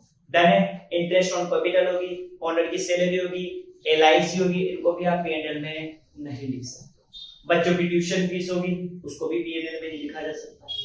डन है। नेक्स्ट फॉर फर्म समझ लो ना, पार्टनरशिप फर्म। तो इस केस में क्या है? Interest on capital in excess of 12%। अगर 12% से ज्यादा आपने IOC दिया है तो जितना भी 12% से ज्यादा दिया है उसको आप P&L में नहीं लिख सकते। मान लो आपने 15% दिया तो 12% तक लिख सकते हो, बचा कितना? 3%, इसको आप P&L में नहीं। डन है। 12% तक लिख सकते हो, लेकिन 12 से ज्यादा है तो आप P&L में नहीं लिख सकते हो। दूसरा, अगर स्लीपिंग पार्टनर को आपने रेम्यूनरेशन दिया है, स्लीपिंग पार्टनर कौन होता है? सोने वाला जो सोता रहता है पार्टनर, जिसको डोरमेंट पार्टनर भी बोलते हैं। ऐसा पार्टनर जो बिजनेस के मैनेजमेंट में या बिजनेस के कंडक्ट में कोई भी पार्टिसिपेट नहीं करता है, उसे क्या बोला जाता है? Sleeping partner. तो अगर स्लीपिंग पार्टनर को कोई भी रेम्यूनरेशन दिया, बेटा रेम्यूनरेशन का मतलब होता है सैलरी, बोनस, कमीशन, कुछ भी दिया तो उसको आप P&L में नहीं लिखोगे, लेकिन पार्टनर कौन सा होना चाहिए? स्लीपिंग पार्टनर होना चाहिए। नेक्स्ट, रेम्यूनरेशन दिया है आपने किसको? एक्टिव पार्टनर को, लेकिन जो प्रिस्क्राइब लिमिट थी उससे ज्यादा दे दिया है, तो जितना ज्यादा दिया उसको आप P&L में नहीं लिखोगे। नेक्स्ट पढ़ते हैं फॉर AOP। तो बेटा AOP के केस में क्या लिख सकते हो? वही remuneration, interest, bonus, salary, commission को आप P&L में नहीं लिख सकते। Next 4 point, expenses disallowed under certain situation. Under certain situation, या कुछ विशिष्ट व्यक्तियों को अगर आप पेमेंट करते हो तो उस केस में खर्चा डिसअलाउड हो जाएगा। पहला खर्चा पढ़ते हैं। आपने पेमेंट किया किसको? स्पेसिफाइड पर्सन को। किसको दिया है? Specified person. स्पेसिफाइड पर्सन मतलब विशेष व्यक्तियों को। जैसे मेरे रिलेटिव को दे दिया, मेरी जो मिस्टर प्रोफेसर है, मेरा कोई रिलेटिव है, उसको मैंने क्या कर दिया? कोई भी क्या करा है? पेमेंट करा है। या फिर रिलेटिव के अलावा किसी डायरेक्टर को पेमेंट करा है, या फिर पार्टनर को पेमेंट करा है, और ये पेमेंट अनरीजनेबल या एक्सेसिव है। मतलब मुझे पेमेंट करना था 1 लाख, लेकिन मैं उनको पेमेंट कितना कर रहा हूँ? 1,30,000, तो ये गलत है, तो इसको मैं P&L में नहीं लिखूंगा। लेकिन अगर ये एक्सेसिव पेमेंट नहीं है, इनएप्रोप्रिएट पेमेंट नहीं है, एक्यूरेट पेमेंट है, तो फिर मैं इसको P&L में लिख सकता हूँ। Next, provision for payment of gratuity. क्या बोला है कि अगर आप ग्रेचुटी के पेमेंट के लिए क्या बनाते हो? प्रोविजन बनाते हो, तो आप P&L में नहीं लिखोगे।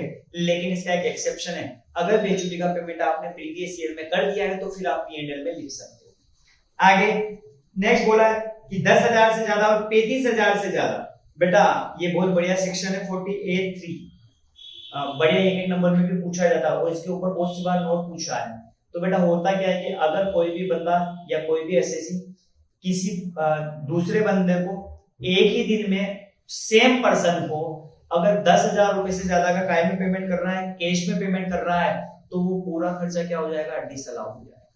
यानी कि अगर 10,000 से ज्यादा अगर आपने कैश में पेमेंट किया है तो फिर आप उसको P&L में नहीं लिख सकते हो, याद रखना। लेकिन अगर ट्रांसपोर्ट बिजनेस का केस में, तो इस केस में 10,000 की जगह लिमिट कितनी देखी जाएगी? 35,000 रुपए देखी जाएगी। यानी कि ट्रांसपोर्ट बिजनेस के केस में 35,000 तक आप कैश में पेमेंट कर सकते हो सिंगल डे, मतलब एक ही दिन में और एक ही पर्सन को। 35,000 तक कर सकते हो किसमें, ट्रांसपोर्ट बिजनेस के केस में, और ट्रांसपोर्ट के अलावा 10,000 तक। अगर 10,000 से ज्यादा करा, 35,000 से ज्यादा करा तो पूरा का पूरा एक्सपेंस डिसअलाउ हो जाएगा, यानी पूरे खर्चे को आप पीएनएल में नहीं लिख सकते हो। डन है।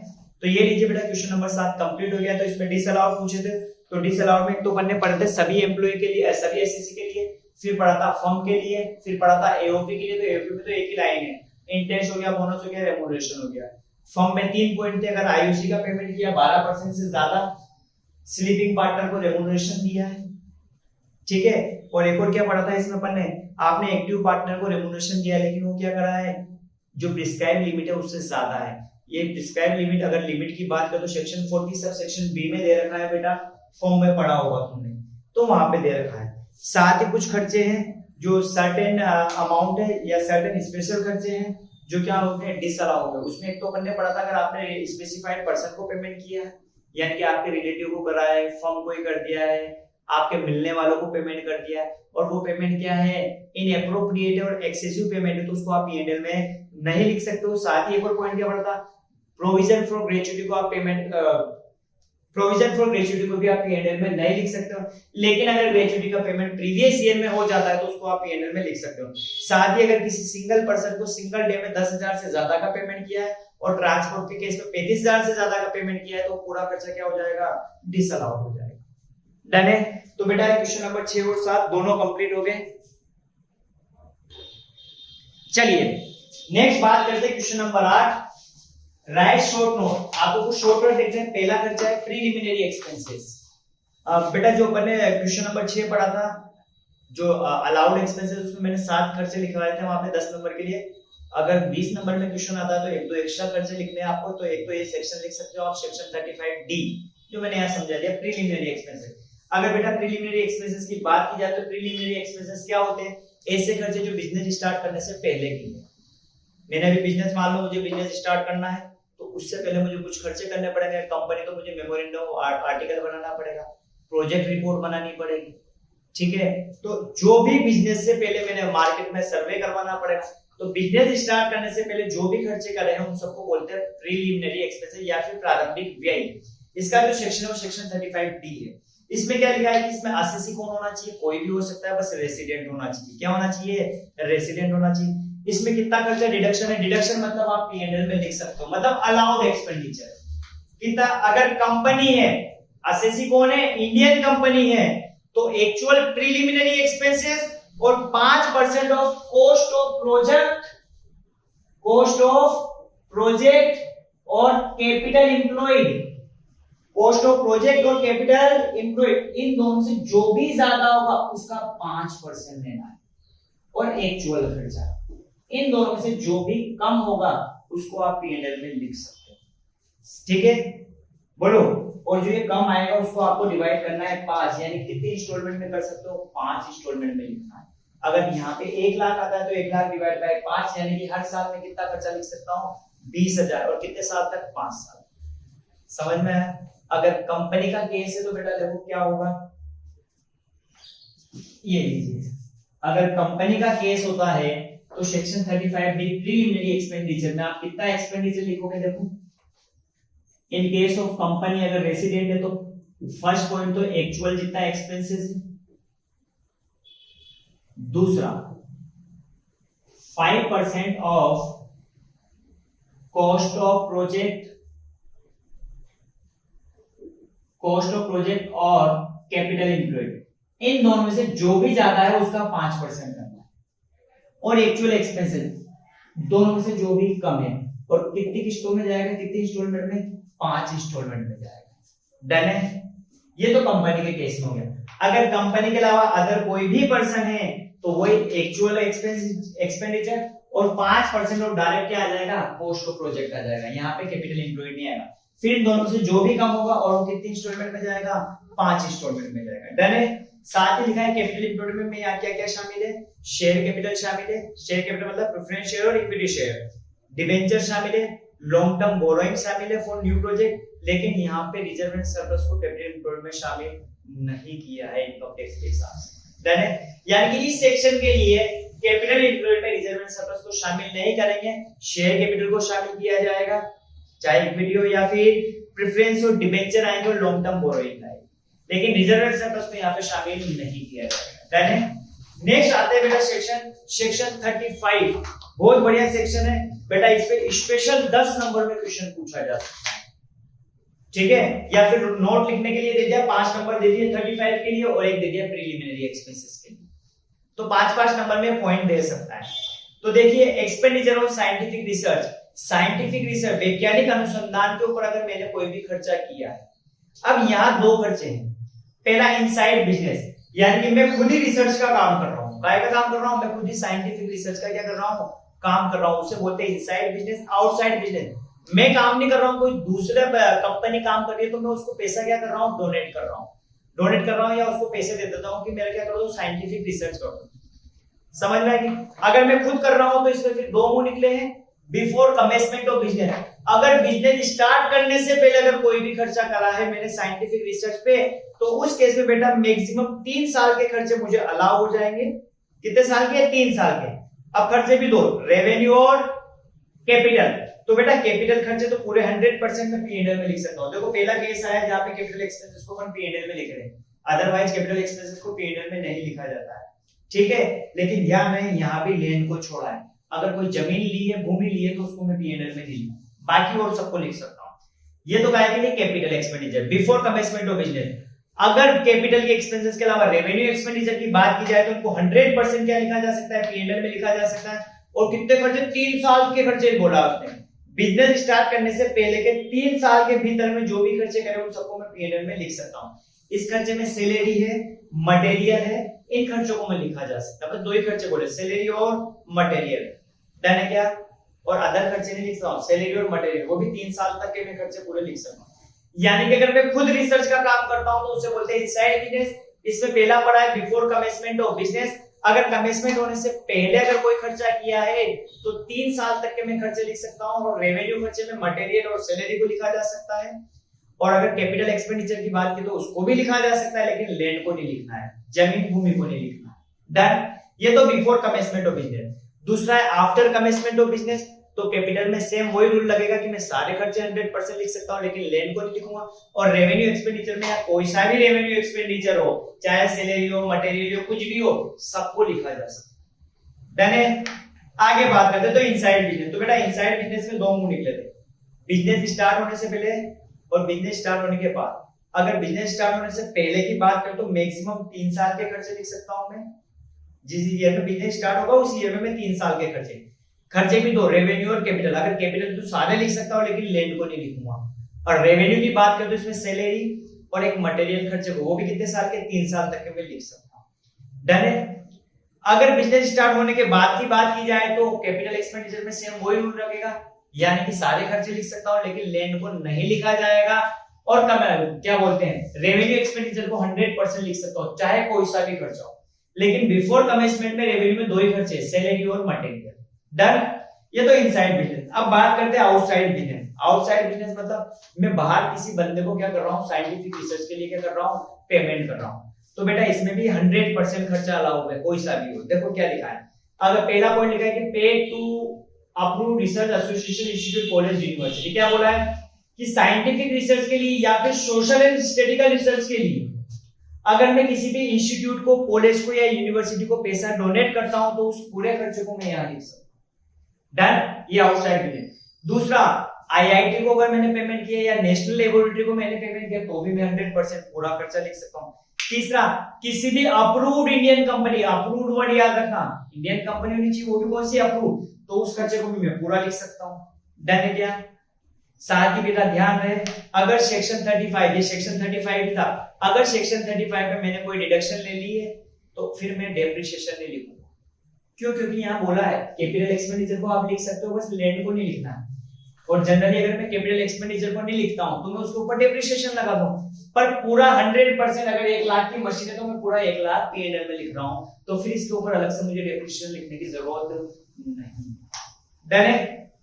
चलिए, साथ ही बोला है in case of new tax rate, अगर नए टैक्स रेट अपनाते हो तो जो आउटसाइड बिजनेस वाले खर्चे हैं वो डिसअलाउ हो जाएंगे। मतलब जो भी आउटसाइड नेशनल लेबोरेटरी को दिया, आईआईटी को दिया, कॉलेज को दिया, यूनिवर्सिटी, तो उनको मैं P&L में नहीं लिख सकता नए टैक्स रेट के केस में। Done. Next most important section है सेक्शन 43B। बेटा सेक्शन 43 में बी में बोला है कि कुछ ऐसे खर्चे हैं जिनको आप P&L में तभी लिख सकते हो जब उनका एक्चुअल में पेमेंट हो गया। क्या बोला मैंने? सेक्शन 43B को आप तभी P&L में लिख सकते हो। ये 43B में कुछ लिस्ट दे रखी है खर्चों की, उन एक्सपेंडिचर को आप P&L में तभी लिख सकते हो जब उनका एक्चुअल में पेमेंट हुआ है, वास्तविकता में उनका क्या हुआ है, भुगतान हुआ है, तभी P&L में लिख सकते हो। अगर पेमेंट नहीं हुआ है तो उनको P&L में नहीं लिखना है। पिक्चर क्लियर है? अगर पेमेंट होगा तो अलाउड होंगे, अगर पेमेंट नहीं हुआ तो डिसअलाउड हो जाएगा। पहला खर्चा बोला है सेल टैक्स हो गया, ठीक है, कस्टम ड्यूटी होगी, ऑक्ट्राई होगी। इन खर्चों को पहला खर्चा दे रखा है कि sale tax, excise duty, custom duty और ऑक्ट्राई, इनको आप तभी लिखोगे जब इनका एक्चुअल में पेमेंट हुआ। दूसरा, अगर एम्प्लॉय को कोई भी बोनस दिया है, कमीशन दिया है, सैलरी की बात नहीं हुई, बोनस और कमीशन दिया है, तो तभी मैं P&L में लिख सकता हूं जब उसका एक्चुअल में क्या हो गया है, पेमेंट हो गया है। Next, interest payable on loan taken from the following institution. क्या बोला है? अगर आपने कोई भी इंटरेस्ट का पेमेंट किया है लेकिन जो लोन लिया है वो किससे लिया है? पब्लिक फाइनेंशियल इंस्टीट्यूशन से, स्टेट फाइनेंस इंस्टीट्यूशन से या स्टेट इंडस्ट्रियल फाइनेंशियल कॉर्पोरेशन से। अगर इन तीन जनों से लोन लिया है और इसके ऊपर जो लोन के ऊपर जो इंटरेस्ट का पेमेंट कर रहे हो तो उस इंटरेस्ट को आप P&L में तभी लिख सकते हो जब आपने एक्चुअल में उस इंटरेस्ट का क्या कर दिया है, पेमेंट कर दिया। तो पहला तो क्या था, सेल टैक्स था, एक्साइज ड्यूटी थी, दूसरा था बोनस और कमीशन था, तीसरा था इंटरेस्ट। चौथा है लीव इनकैशमेंट, छुट्टियों का नकदीकरण। सैलरी में पढ़ते हैं कि हर साल किसी भी एम्प्लॉय को मान लो कि 2 महीने या 30 दिन की छुट्टी मिलती है। कितने दिन की मिलती है? 30 दिन की, जिसकी कोई भी सैलरी नहीं कटती है। ठीक, मान लो मैंने 10 साल तक काम करा, मेरे को हर साल 30 दिन की छुट्टी अलाउ थी जिसका मेरा कोई पैसा नहीं कटेगा, सैलरी नहीं कटेगी, पर मैं ईमानदार था, मैंने वो 30 दिन की छुट्टी का क्या करा, मिस नहीं किया, मैंने 30 दिन की छुट्टी ली ही नहीं। तो ऐसे मैंने 10 साल काम करा तो 30 इंटू 10 साल की छुट्टी मतलब 300 छुट्टियां होगी, यानी कि 1 साल की छुट्टियां होगी। अब मेरे को लेनी थी लेकिन मैंने नहीं ली। जब मैं अगर ये छुट्टियां नहीं लेता हूं तो इसके बदले में मैं इनको क्या करवा लूंगा, कैश में कन्वर्ट करवा दूंगा, यानी कि कंपनी से 300 छुट्टियों का जो मुझे लेनी चाहिए थी लेकिन मैंने नहीं ली, इसके बदले में मैं उनसे क्या ले लूंगा, पैसा ले लूंगा। तो उसे बोलते हैं लीव इनकैशमेंट। समझ में आएगी बात? तो इस लीव इनकैशमेंट को भी आप P&L में तभी लिखोगे जब एक्चुअल में आपने क्या कर दिया है, एम्प्लॉय को पेमेंट कर दिया है। नेक्स्ट बात करते हैं इसमें, any sum payable to Indian railway for the use of railway assets. अगर आपने रेलवे एसेट्स का कोई भी यूज किया है और रेलवे डिपार्टमेंट को अगर आपने पेमेंट किया है तो आप P&L में खर्चा तभी लिख सकते हो जब एक्चुअल में क्या करा है, पेमेंट करा है। Next, contribution to provident fund, superannuation fund और ग्रेच्युटी फंड। बेटा याद रखना, प्रोविडेंट फंड पढ़ चुके हैं, सुपर एनुएशन फंड भी प्रोविडेंट फंड की तरह होता है, ये भी रिटायरमेंट में आता है, और एक है ग्रेच्युटी फंड। इनको भी आप लिख सकते हो लेकिन कब, जब एक्चुअल में इनका क्या हो गया है, पेमेंट हो गया है। और लास्ट खर्चा क्या दे रखा है, अगर कोई भी शेड्यूल्ड बैंक से या कोऑपरेटिव बैंक से आपने क्या लिया है, लोन लिया है, तो उसके इंटरेस्ट का अगर पेमेंट करते हो तो P&L में तभी लिखा जाएगा जब एक्चुअल में उसका क्या हुआ है, पेमेंट हुआ है। टीचर आगे समझ में? ये सेक्शन 43B अपना क्या हो गया, कंप्लीट। क्या बोला है 43B में कि ऐसे खर्चे जिनको P&L में तभी लिखेंगे जब उनका एक्चुअल में पेमेंट हुआ है। तो पहला पढ़ा था sale tax, excise duty, custom duty. दूसरा पढ़ा था बोनस और कमीशन दिया है एम्प्लॉय को। तीसरा पढ़ा था इंटरेस्ट, लेकिन लोन किससे लिया है, पब्लिक फाइनेंशियल इंस्टीट्यूशन से, स्टेट फाइनेंस कॉर्पोरेशन से या स्टेट इंडस्ट्रियल फाइनेंस कॉर्पोरेशन। फिर लीव इनकैशमेंट, छुट्टियों का नकदीकरण, ठीक। फिर कोई भी इंडियन रेलवे को अगर मैंने इंडियन रेलवे की एसेट यूज करी उसके बदले में पेमेंट किया है तो मैं P&L में तभी लिखूंगा जब उसका एक्चुअल में पेमेंट हुआ है। डन है? Employ provident fund, superannuation fund, gratuity fund में अगर मैं कोई पेमेंट करता हूं तो तभी लिखूंगा जब एक्चुअल में पेमेंट हुआ है। या फिर किसी भी बैंक से, शेड्यूल्ड बैंक से या कोऑपरेटिव सोसाइटी से अगर मैंने लोन लिया है, कोऑपरेटिव बैंक से अगर मैंने लोन लिया है तो उसके ऊपर जो इंटरेस्ट का पेमेंट होगा वो तभी लिखा जाएगा जब उसका एक्चुअल में क्या हुआ है, पेमेंट हुआ। डन? तो ये लीजिए सेक्शन 43B कंप्लीट हो गया। बेटा नेक्स्ट बात करते हैं सेक्शन 44AD और 44AE। बहुत बढ़िया सेक्शन है दोनों, इनके ऊपर प्रैक्टिकल क्वेश्चन भी आते हैं। ठीक, शायद इलिस्ट्रेशन नंबर 8 या 9 दे रखा है किसका, इनके बारे में दे रखा है वो। इलिस्ट्रेशन नंबर 8 और 9 PGPP में दे रखा है, बिजनेस एंड प्रोफेशन वाले चैप्टर। तो चलिए 44AD में क्या बोला है, इन्हें बोलते बेटा प्रेजम्पटिव टैक्सेशन। ठीक, इनको एक ऑप्शन दिया है कि आप पूरी इनकम ज्यादा मत दिखाओ, एक फिक्स परसेंटेज शो कर दो। और उस इनकम के ऊपर क्या पे कर दो, टैक्स पे कर दो। पर बेटा इसकी कुछ कंडीशन है, क्या है? पहला क्या बोला कि असेसी कौन होना चाहिए? कोई भी हो, बस रेसिडेंट होना चाहिए, रेसिडेंट इंडिविजुअल होना चाहिए, या फिर एचयूएफ होना चाहिए, या फिर फर्म होनी चाहिए। तीन जने, रेसिडेंट इंडिविजुअल, रेसिडेंट एचयूएफ और रेसिडेंट फर्म होनी चाहिए। बेटा फर्म में यहाँ पे एक्सक्लूड किया है एलएलपी को, लिमिटेड लायबिलिटी पार्टनरशिप शामिल नहीं करेंगे। मतलब एलएलपी सेक्शन 4480 नहीं ले सकती।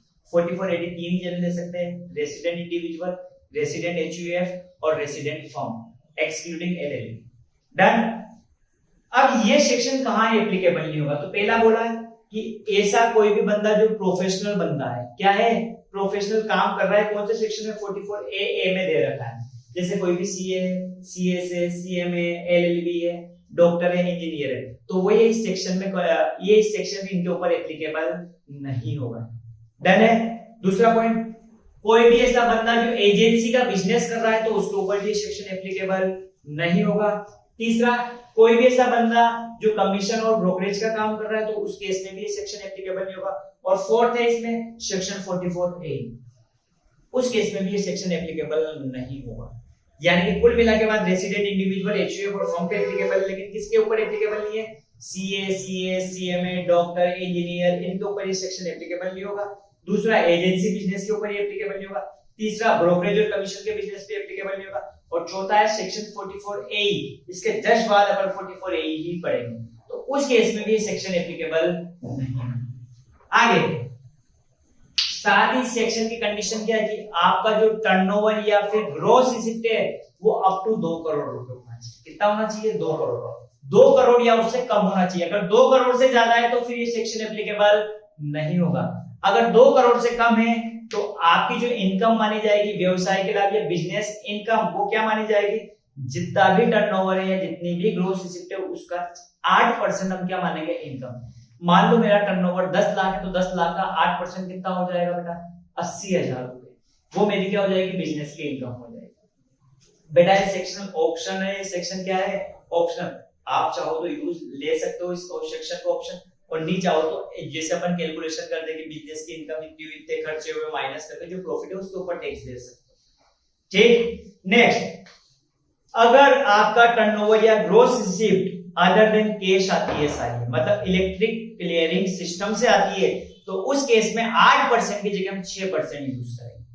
आगे साथ ही जब हम इनकम ही 6% और 8% मान रहे हैं तो उसके अलावा इसमें से कोई भी एक्स्ट्रा खर्चा माइनस नहीं होगा। यानी कि सेक्शन 30 से सेक्शन 38 तक के जितने भी एक्सपेंडिचर है वो यहाँ पे माइनस नहीं होंगे। ठीक है। एक और चीज ध्यान रखना, जो बंदा भी सेक्शन 44AD अपनाएगा उसे एडवांस टैक्स पे करना पड़ेगा। क्या पे करना पड़ेगा? Advance tax. और एडवांस टैक्स कब तक पे करना पड़ेगा? 15 मार्च तक पूरा का पूरा टैक्स पे कर देना है, और वो भी एडवांस में। आगे साथ ही अगर इस ऑप्शन को, ये ऑप्शनल है, अगर एक बार अपना लिया तो फिर लगातार 5 सालों तक आपको इस सेक्शन को क्या करना पड़ेगा? अपनाना पड़ेगा। ठीक है।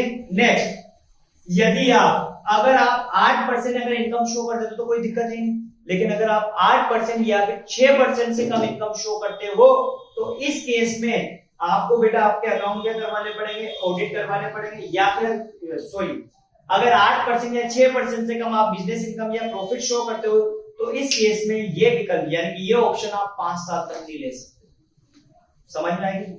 आगे, अगर आपकी total income basic exemption limit से ज्यादा है, बेसिक एग्जेम्पशन लिमिट मतलब नॉर्मल एसएससी के केस में 2.5 लाख तक कोई टैक्स नहीं लगता है तो बेसिक एग्जेम्पशन लिमिट होगी। अगर सीनियर सिटीजन है तो 3 लाख है, और सुपर सीनियर सिटीजन है तो 5 लाख रुपए। तो अगर इन लिमिट से अगर आपकी इनकम क्या है?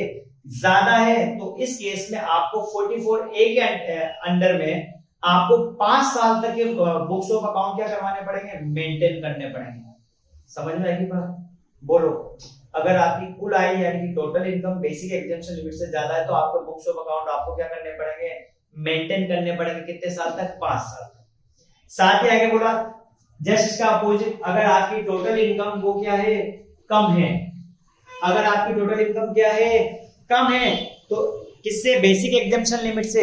तो इस केस में बेटा आपको सेक्शन 44AB में आपको 5 साल तक की जितनी भी है 44AB में आपने बुक्स ऑफ अकाउंट बना रखे उसकी क्या करनी पड़ेगी? ऑडिट करवानी पड़ेगी अंडर सेक्शन 44A। डन है। चलो एक बार थ्रू आउट करते हैं वापस, क्या क्या पढ़ा। 44A प्रिजम्पटिव इनकम है। असेसी कौन होना चाहिए, रेसिडेंट इंडिविजुअल, रेसिडेंट एचयूएफ या फिर रेसिडेंट फर्म, लेकिन यहाँ एलएलपी को शामिल नहीं किया है। ये सेक्शन किसके ऊपर एप्लीकेबल नहीं होगा, सेक्शन 44A के ऊपर नहीं होगा, एजेंसी बिजनेस के ऊपर नहीं होगा, ब्रोकरेज और कमीशन के बिजनेस पे नहीं होगा, साथ ही CA, CS, LLB, CMA, doctor, engineer, इनके ऊपर भी ये सेक्शन एप्लीकेबल नहीं होगा। साथ ही सेक्शन में कंडीशन क्या है कि आपका जो टर्नओवर है और जो ग्रॉस रिसिप्ट है वो 2 करोड़ से ज्यादा नहीं होना चाहिए। ठीक, अगर 2 करोड़ से ज्यादा नहीं है तो आप ये सेक्शन अपना लेंगे, और इस सेक्शन ये ऑप्शनल है। अगर एक बार अपना लिया तो फिर लगातार 5 साल तक आपको इस सेक्शन को क्या करना पड़ेगा, अपनाना पड़ेगा। समझ में आएगी बात। साथ ही इसमें इनकम कितनी मानेंगे, जितनी भी ग्रॉस रिसिप्ट या टर्नओवर है उसका 8%। लेकिन अगर आपका सारा पैसा इलेक्ट्रिक फॉर्म में आता है, यानी कि कैश के अलावा आता है, तो उस केस में 8% की जगह इनकम कितनी मानेंगे, 6% मानेंगे। अगर आप 8% और 6% से कम इनकम शो करते हो, अगर ज्यादा करोगे तो कोई दिक्कत नहीं, लेकिन अगर कम करोगे तो लगातार 5 साल तक आप ये सेक्शन नहीं ले सकते। ठीक, साथ ही अगर आपकी total income basic exemption limit से ज्यादा है तो आपको लगातार 5 साल तक बुक्स ऑफ अकाउंट मेंटेन करने पड़ेंगे, और जस्ट अपोजिट अगर कम है तो आपको आपके बुक्स ऑफ अकाउंट क्या करवाने पड़ेंगे, लगातार 5 साल तक मेंटेन ऑडिट करवानी पड़ेगी। डन। ऑडिट बेटा सीए करता है, यानी कि आपने जो बुक्स ऑफ जो अकाउंट बनाए उनकी गहराई से जांच की जाती है। डन है। आइए आगे, नेक्स्ट इसमें एक और सेक्शन दे रखा है।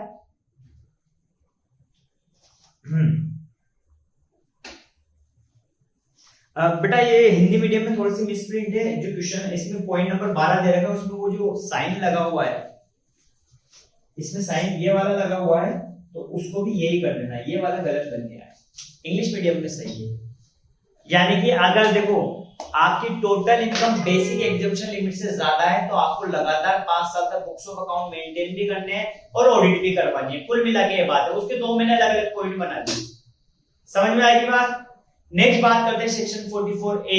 ये भी जबरदस्त सेक्शन है, छोटा सा सेक्शन है, कोई बड़ा सेक्शन नहीं है। क्या बोला है, असेसी कौन होना चाहिए, पर बेटा ध्यान रखना है सेक्शन 44A के लिए ये ट्रांसपोर्ट बिजनेस के ऊपर लगता है। ठीक है, कैसे, लेकिन इसमें आपके पास जो व्हीकल है वो 10 से ज्यादा नहीं होने चाहिए, यानी कि मैक्सिमम व्हीकल कितने होने चाहिए, 10। अगर 10 से ज्यादा है तो आप सेक्शन 44A नहीं अपना सकते हो। क्या लिखा है कि एसएससी क्या होना चाहिए कि वो ऐसा बिजनेस करता है जिसमें वो क्या करता है, जो भी ट्रांसपोर्ट के व्हीकल है वो क्या देता है, किराए पे देता है। काय पे देता है, किराए पे देता है। तो इस केस में आपकी इनकम क्या मानी जाएगी, अगर हेवी व्हीकल है, कौन सा व्हीकल है, हेवी, तो 1000 रुपए पर टन। डन है। अगर हेवी व्हीकल के अलावा है तो 7500 रुपए पर मंथ, और ब्रैकेट में लिखा है एवरी मंथ और पार्ट ऑफ मंथ। मान लो अगर किसी महीने का एक दिन भी यूज हो रहा है तो पूरा महीना काउंट है, लिखा है ना, every part of month. Done है। आगे, अगर एसएससी के पास प्रीवियस ईयर में 10 से ज्यादा व्हीकल हो जाते हैं तो फिर वो सेक्शन एप्लीकेबल नहीं होगा। साथ ही हेवी व्हीकल का मतलब क्या है कि जो भी व्हीकल है विदाउट गुड्स, अगर उसका वजन 12000 किलोग्राम से ज्यादा या फिर 12 टन से ज्यादा है तो ऐसे व्हीकल को हम क्या बोलेंगे, हेवी व्हीकल बोलेंगे। आगे, साथ ही अगर जो इनकम थी, अगर हेवी व्हीकल है तो 1000 रुपए पर ton, other than heavy vehicle में कितना था, 7500 रुपए पर मंथ। अगर मैं इससे कम इनकम शो करता हूं तो मुझे बुक्स ऑफ अकाउंट मेंटेन करने पड़ेंगे, साथ में उनकी क्या करवानी पड़ेगी, ऑडिट करवानी पड़ेगी। और सेक्शन 30 से 38 तक पे यहाँ पे कोई भी खर्चे अलाउ नहीं होंगे। सेम ये 2-3 पॉइंट तो सेम ऊपर वाले थे 4480 वाले। यानी कि अगर एक बार थ्रू आउट करें तो 4480 तो किसके ऊपर एप्लीकेबल था, रेसिडेंट निवासी होना चाहिए, इंडिविजुअल, एचयूएफ या फिर फर्म। ठीक, इसके ऊपर एप्लीकेबल नहीं है, सीए, डॉक्टर, इंजीनियर, इनके ऊपर एप्लीकेबल नहीं है, 44A पे एप्लीकेबल नहीं है, कमीशन बिजनेस पे एप्लीकेबल नहीं है, और एजेंसी बिजनेस पे एप्लीकेबल नहीं है। साथ ही आपका ग्रॉस टर्नओवर क्या होना चाहिए, अप टू 2 करोड़। डन है। आपकी बिजनेस इनकम क्या मानी जाएगी, जो भी टोटल रिसिप्ट है या ग्रॉस रिसिप्ट है उसका कितना परसेंट, 8%। लेकिन अगर आपका सारा काम इलेक्ट्रिक क्लियरिंग सिस्टम से होता है तो 8% की जगह कितना यूज करेंगे, 6% यूज कर सकते हैं। फिर आगे बोला है कि इसमें 30 से सेक्शन 38 तक के कोई भी खर्चे अलाउ नहीं होंगे। लेकिन अगर आप कभी भी 8% या 6% से कम की इनकम क्या करते हो, शो करते हो, तो आप 5 साल तक ये सेक्शन नहीं ले सकते हो। साथ ही अगर आपकी बिजनेस इनकम साथ ही आपकी जो टोटल इनकम है अगर वो ज्यादा है बेसिक एग्जेम्पशन लिमिट से तो आपको लगातार 5 साल तक बुक्स ऑफ अकाउंट मेंटेन करने पड़ेंगे, साथ ही उनकी ऑडिट भी करवानी पड़ेगी। डन। फिर सेक्शन 44 ए की बात करते हैं, इसमें मैक्सिमम व्हीकल 10 होने चाहिए आपके पास। अगर आप ऐसा बिजनेस करते हैं जिसमें जो भी लोडिंग वाहन है या जो भी ट्रांसपोर्ट है वो आप किराए पे देते हो, तो इस केस में आपके ऊपर कौन सा सेक्शन लगेगा? 44A। 44A में क्या बोलता है कि आपके पास जो व्हीकल होने चाहिए वो 10 से ज्यादा नहीं होने चाहिए। अगर 10 से ज्यादा है तो ये सेक्शन एप्लीकेबल नहीं होगा। साथ ही यहाँ भी वही बात है, सेक्शन 30 से 38 तक के कोई भी सेक्शन यहाँ पे अलाउ नहीं होंगे। यहाँ पे आपकी इनकम कैसे मानी जाएगी? अगर व्हीकल हेवी व्हीकल है, और हेवी व्हीकल क्या होता है कि जो भी व्हीकल है विदाउट गुड्स, अगर उसका वजन 12,000 किलोग्राम से ज्यादा है या 12 टन से ज्यादा है तो ऐसे व्हीकल को क्या बोलेंगे? हेवी व्हीकल बोलेंगे। और तो हेवी व्हीकल के केस में बेटा 1,000 रुपए पर टन इनकम मानी जाएगी, और अदर देन हेवी व्हीकल के केस में 7,500 रुपए पर मंथ मानी जाएगी। और यहाँ पे एवरी मंथ और पार्ट ऑफ मंथ है, अगर किसी महीने का एक दिन भी आता है तो पूरा मंथ काउंट किया जाएगा। डन है। साथ ही सेक्शन 30 से 38 तक की यहाँ पे कोई डिडक्शन नहीं मिलेगी। और अगर आप जो ऊपर इनकम दे रखी थी 7,500 रुपए पर मंथ और 1,000 रुपए पर टन, अगर उससे कम इनकम शो करते हो तो आपको बुक्स ऑफ अकाउंट मेंटेन करने पड़ेंगे और साथ में उनकी ऑडिट करवानी पड़ेगी। डन है। आगे बढ़ते हैं, एक सेक्शन दे रखा है और LIC एजेंट के लिए, LIC एजेंट के लिए भी दे रखा है एड ऑफ डिडक्शन। तो इसमें क्या बोला है कि अगर जो भी इंश्योरेंस एजेंट है वो अपने बुक्स ऑफ अकाउंट मेंटेन नहीं करता है, साथ ही उसका टोटल कमीशन 60,000 रुपए से क्या है बेटा? कम है, तो इस केस में हमें कितनी डिडक्शन मिलेगी? अगर कमीशन का हमें पता है, और कमीशन की अगर हमें कमीशन के बारे में क्या है पता है, तो पहले साल के केस में 50% लेंगे, जो भी कमीशन मिला उसका 50% डिडक्शन मिल जाएगी। अगर रिन्यूअल है तो 15%, और अगर बोनस कमीशन है तो कुछ भी क्या नहीं मिलेगी? डिडक्शन नहीं मिलेगी। लेकिन बेटा इन तीनों का टोटल 20,000 से ज्यादा नहीं होना चाहिए, यानी कि मैक्सिमम डिडक्शन कितनी मिलेगी? 20,000 रुपए।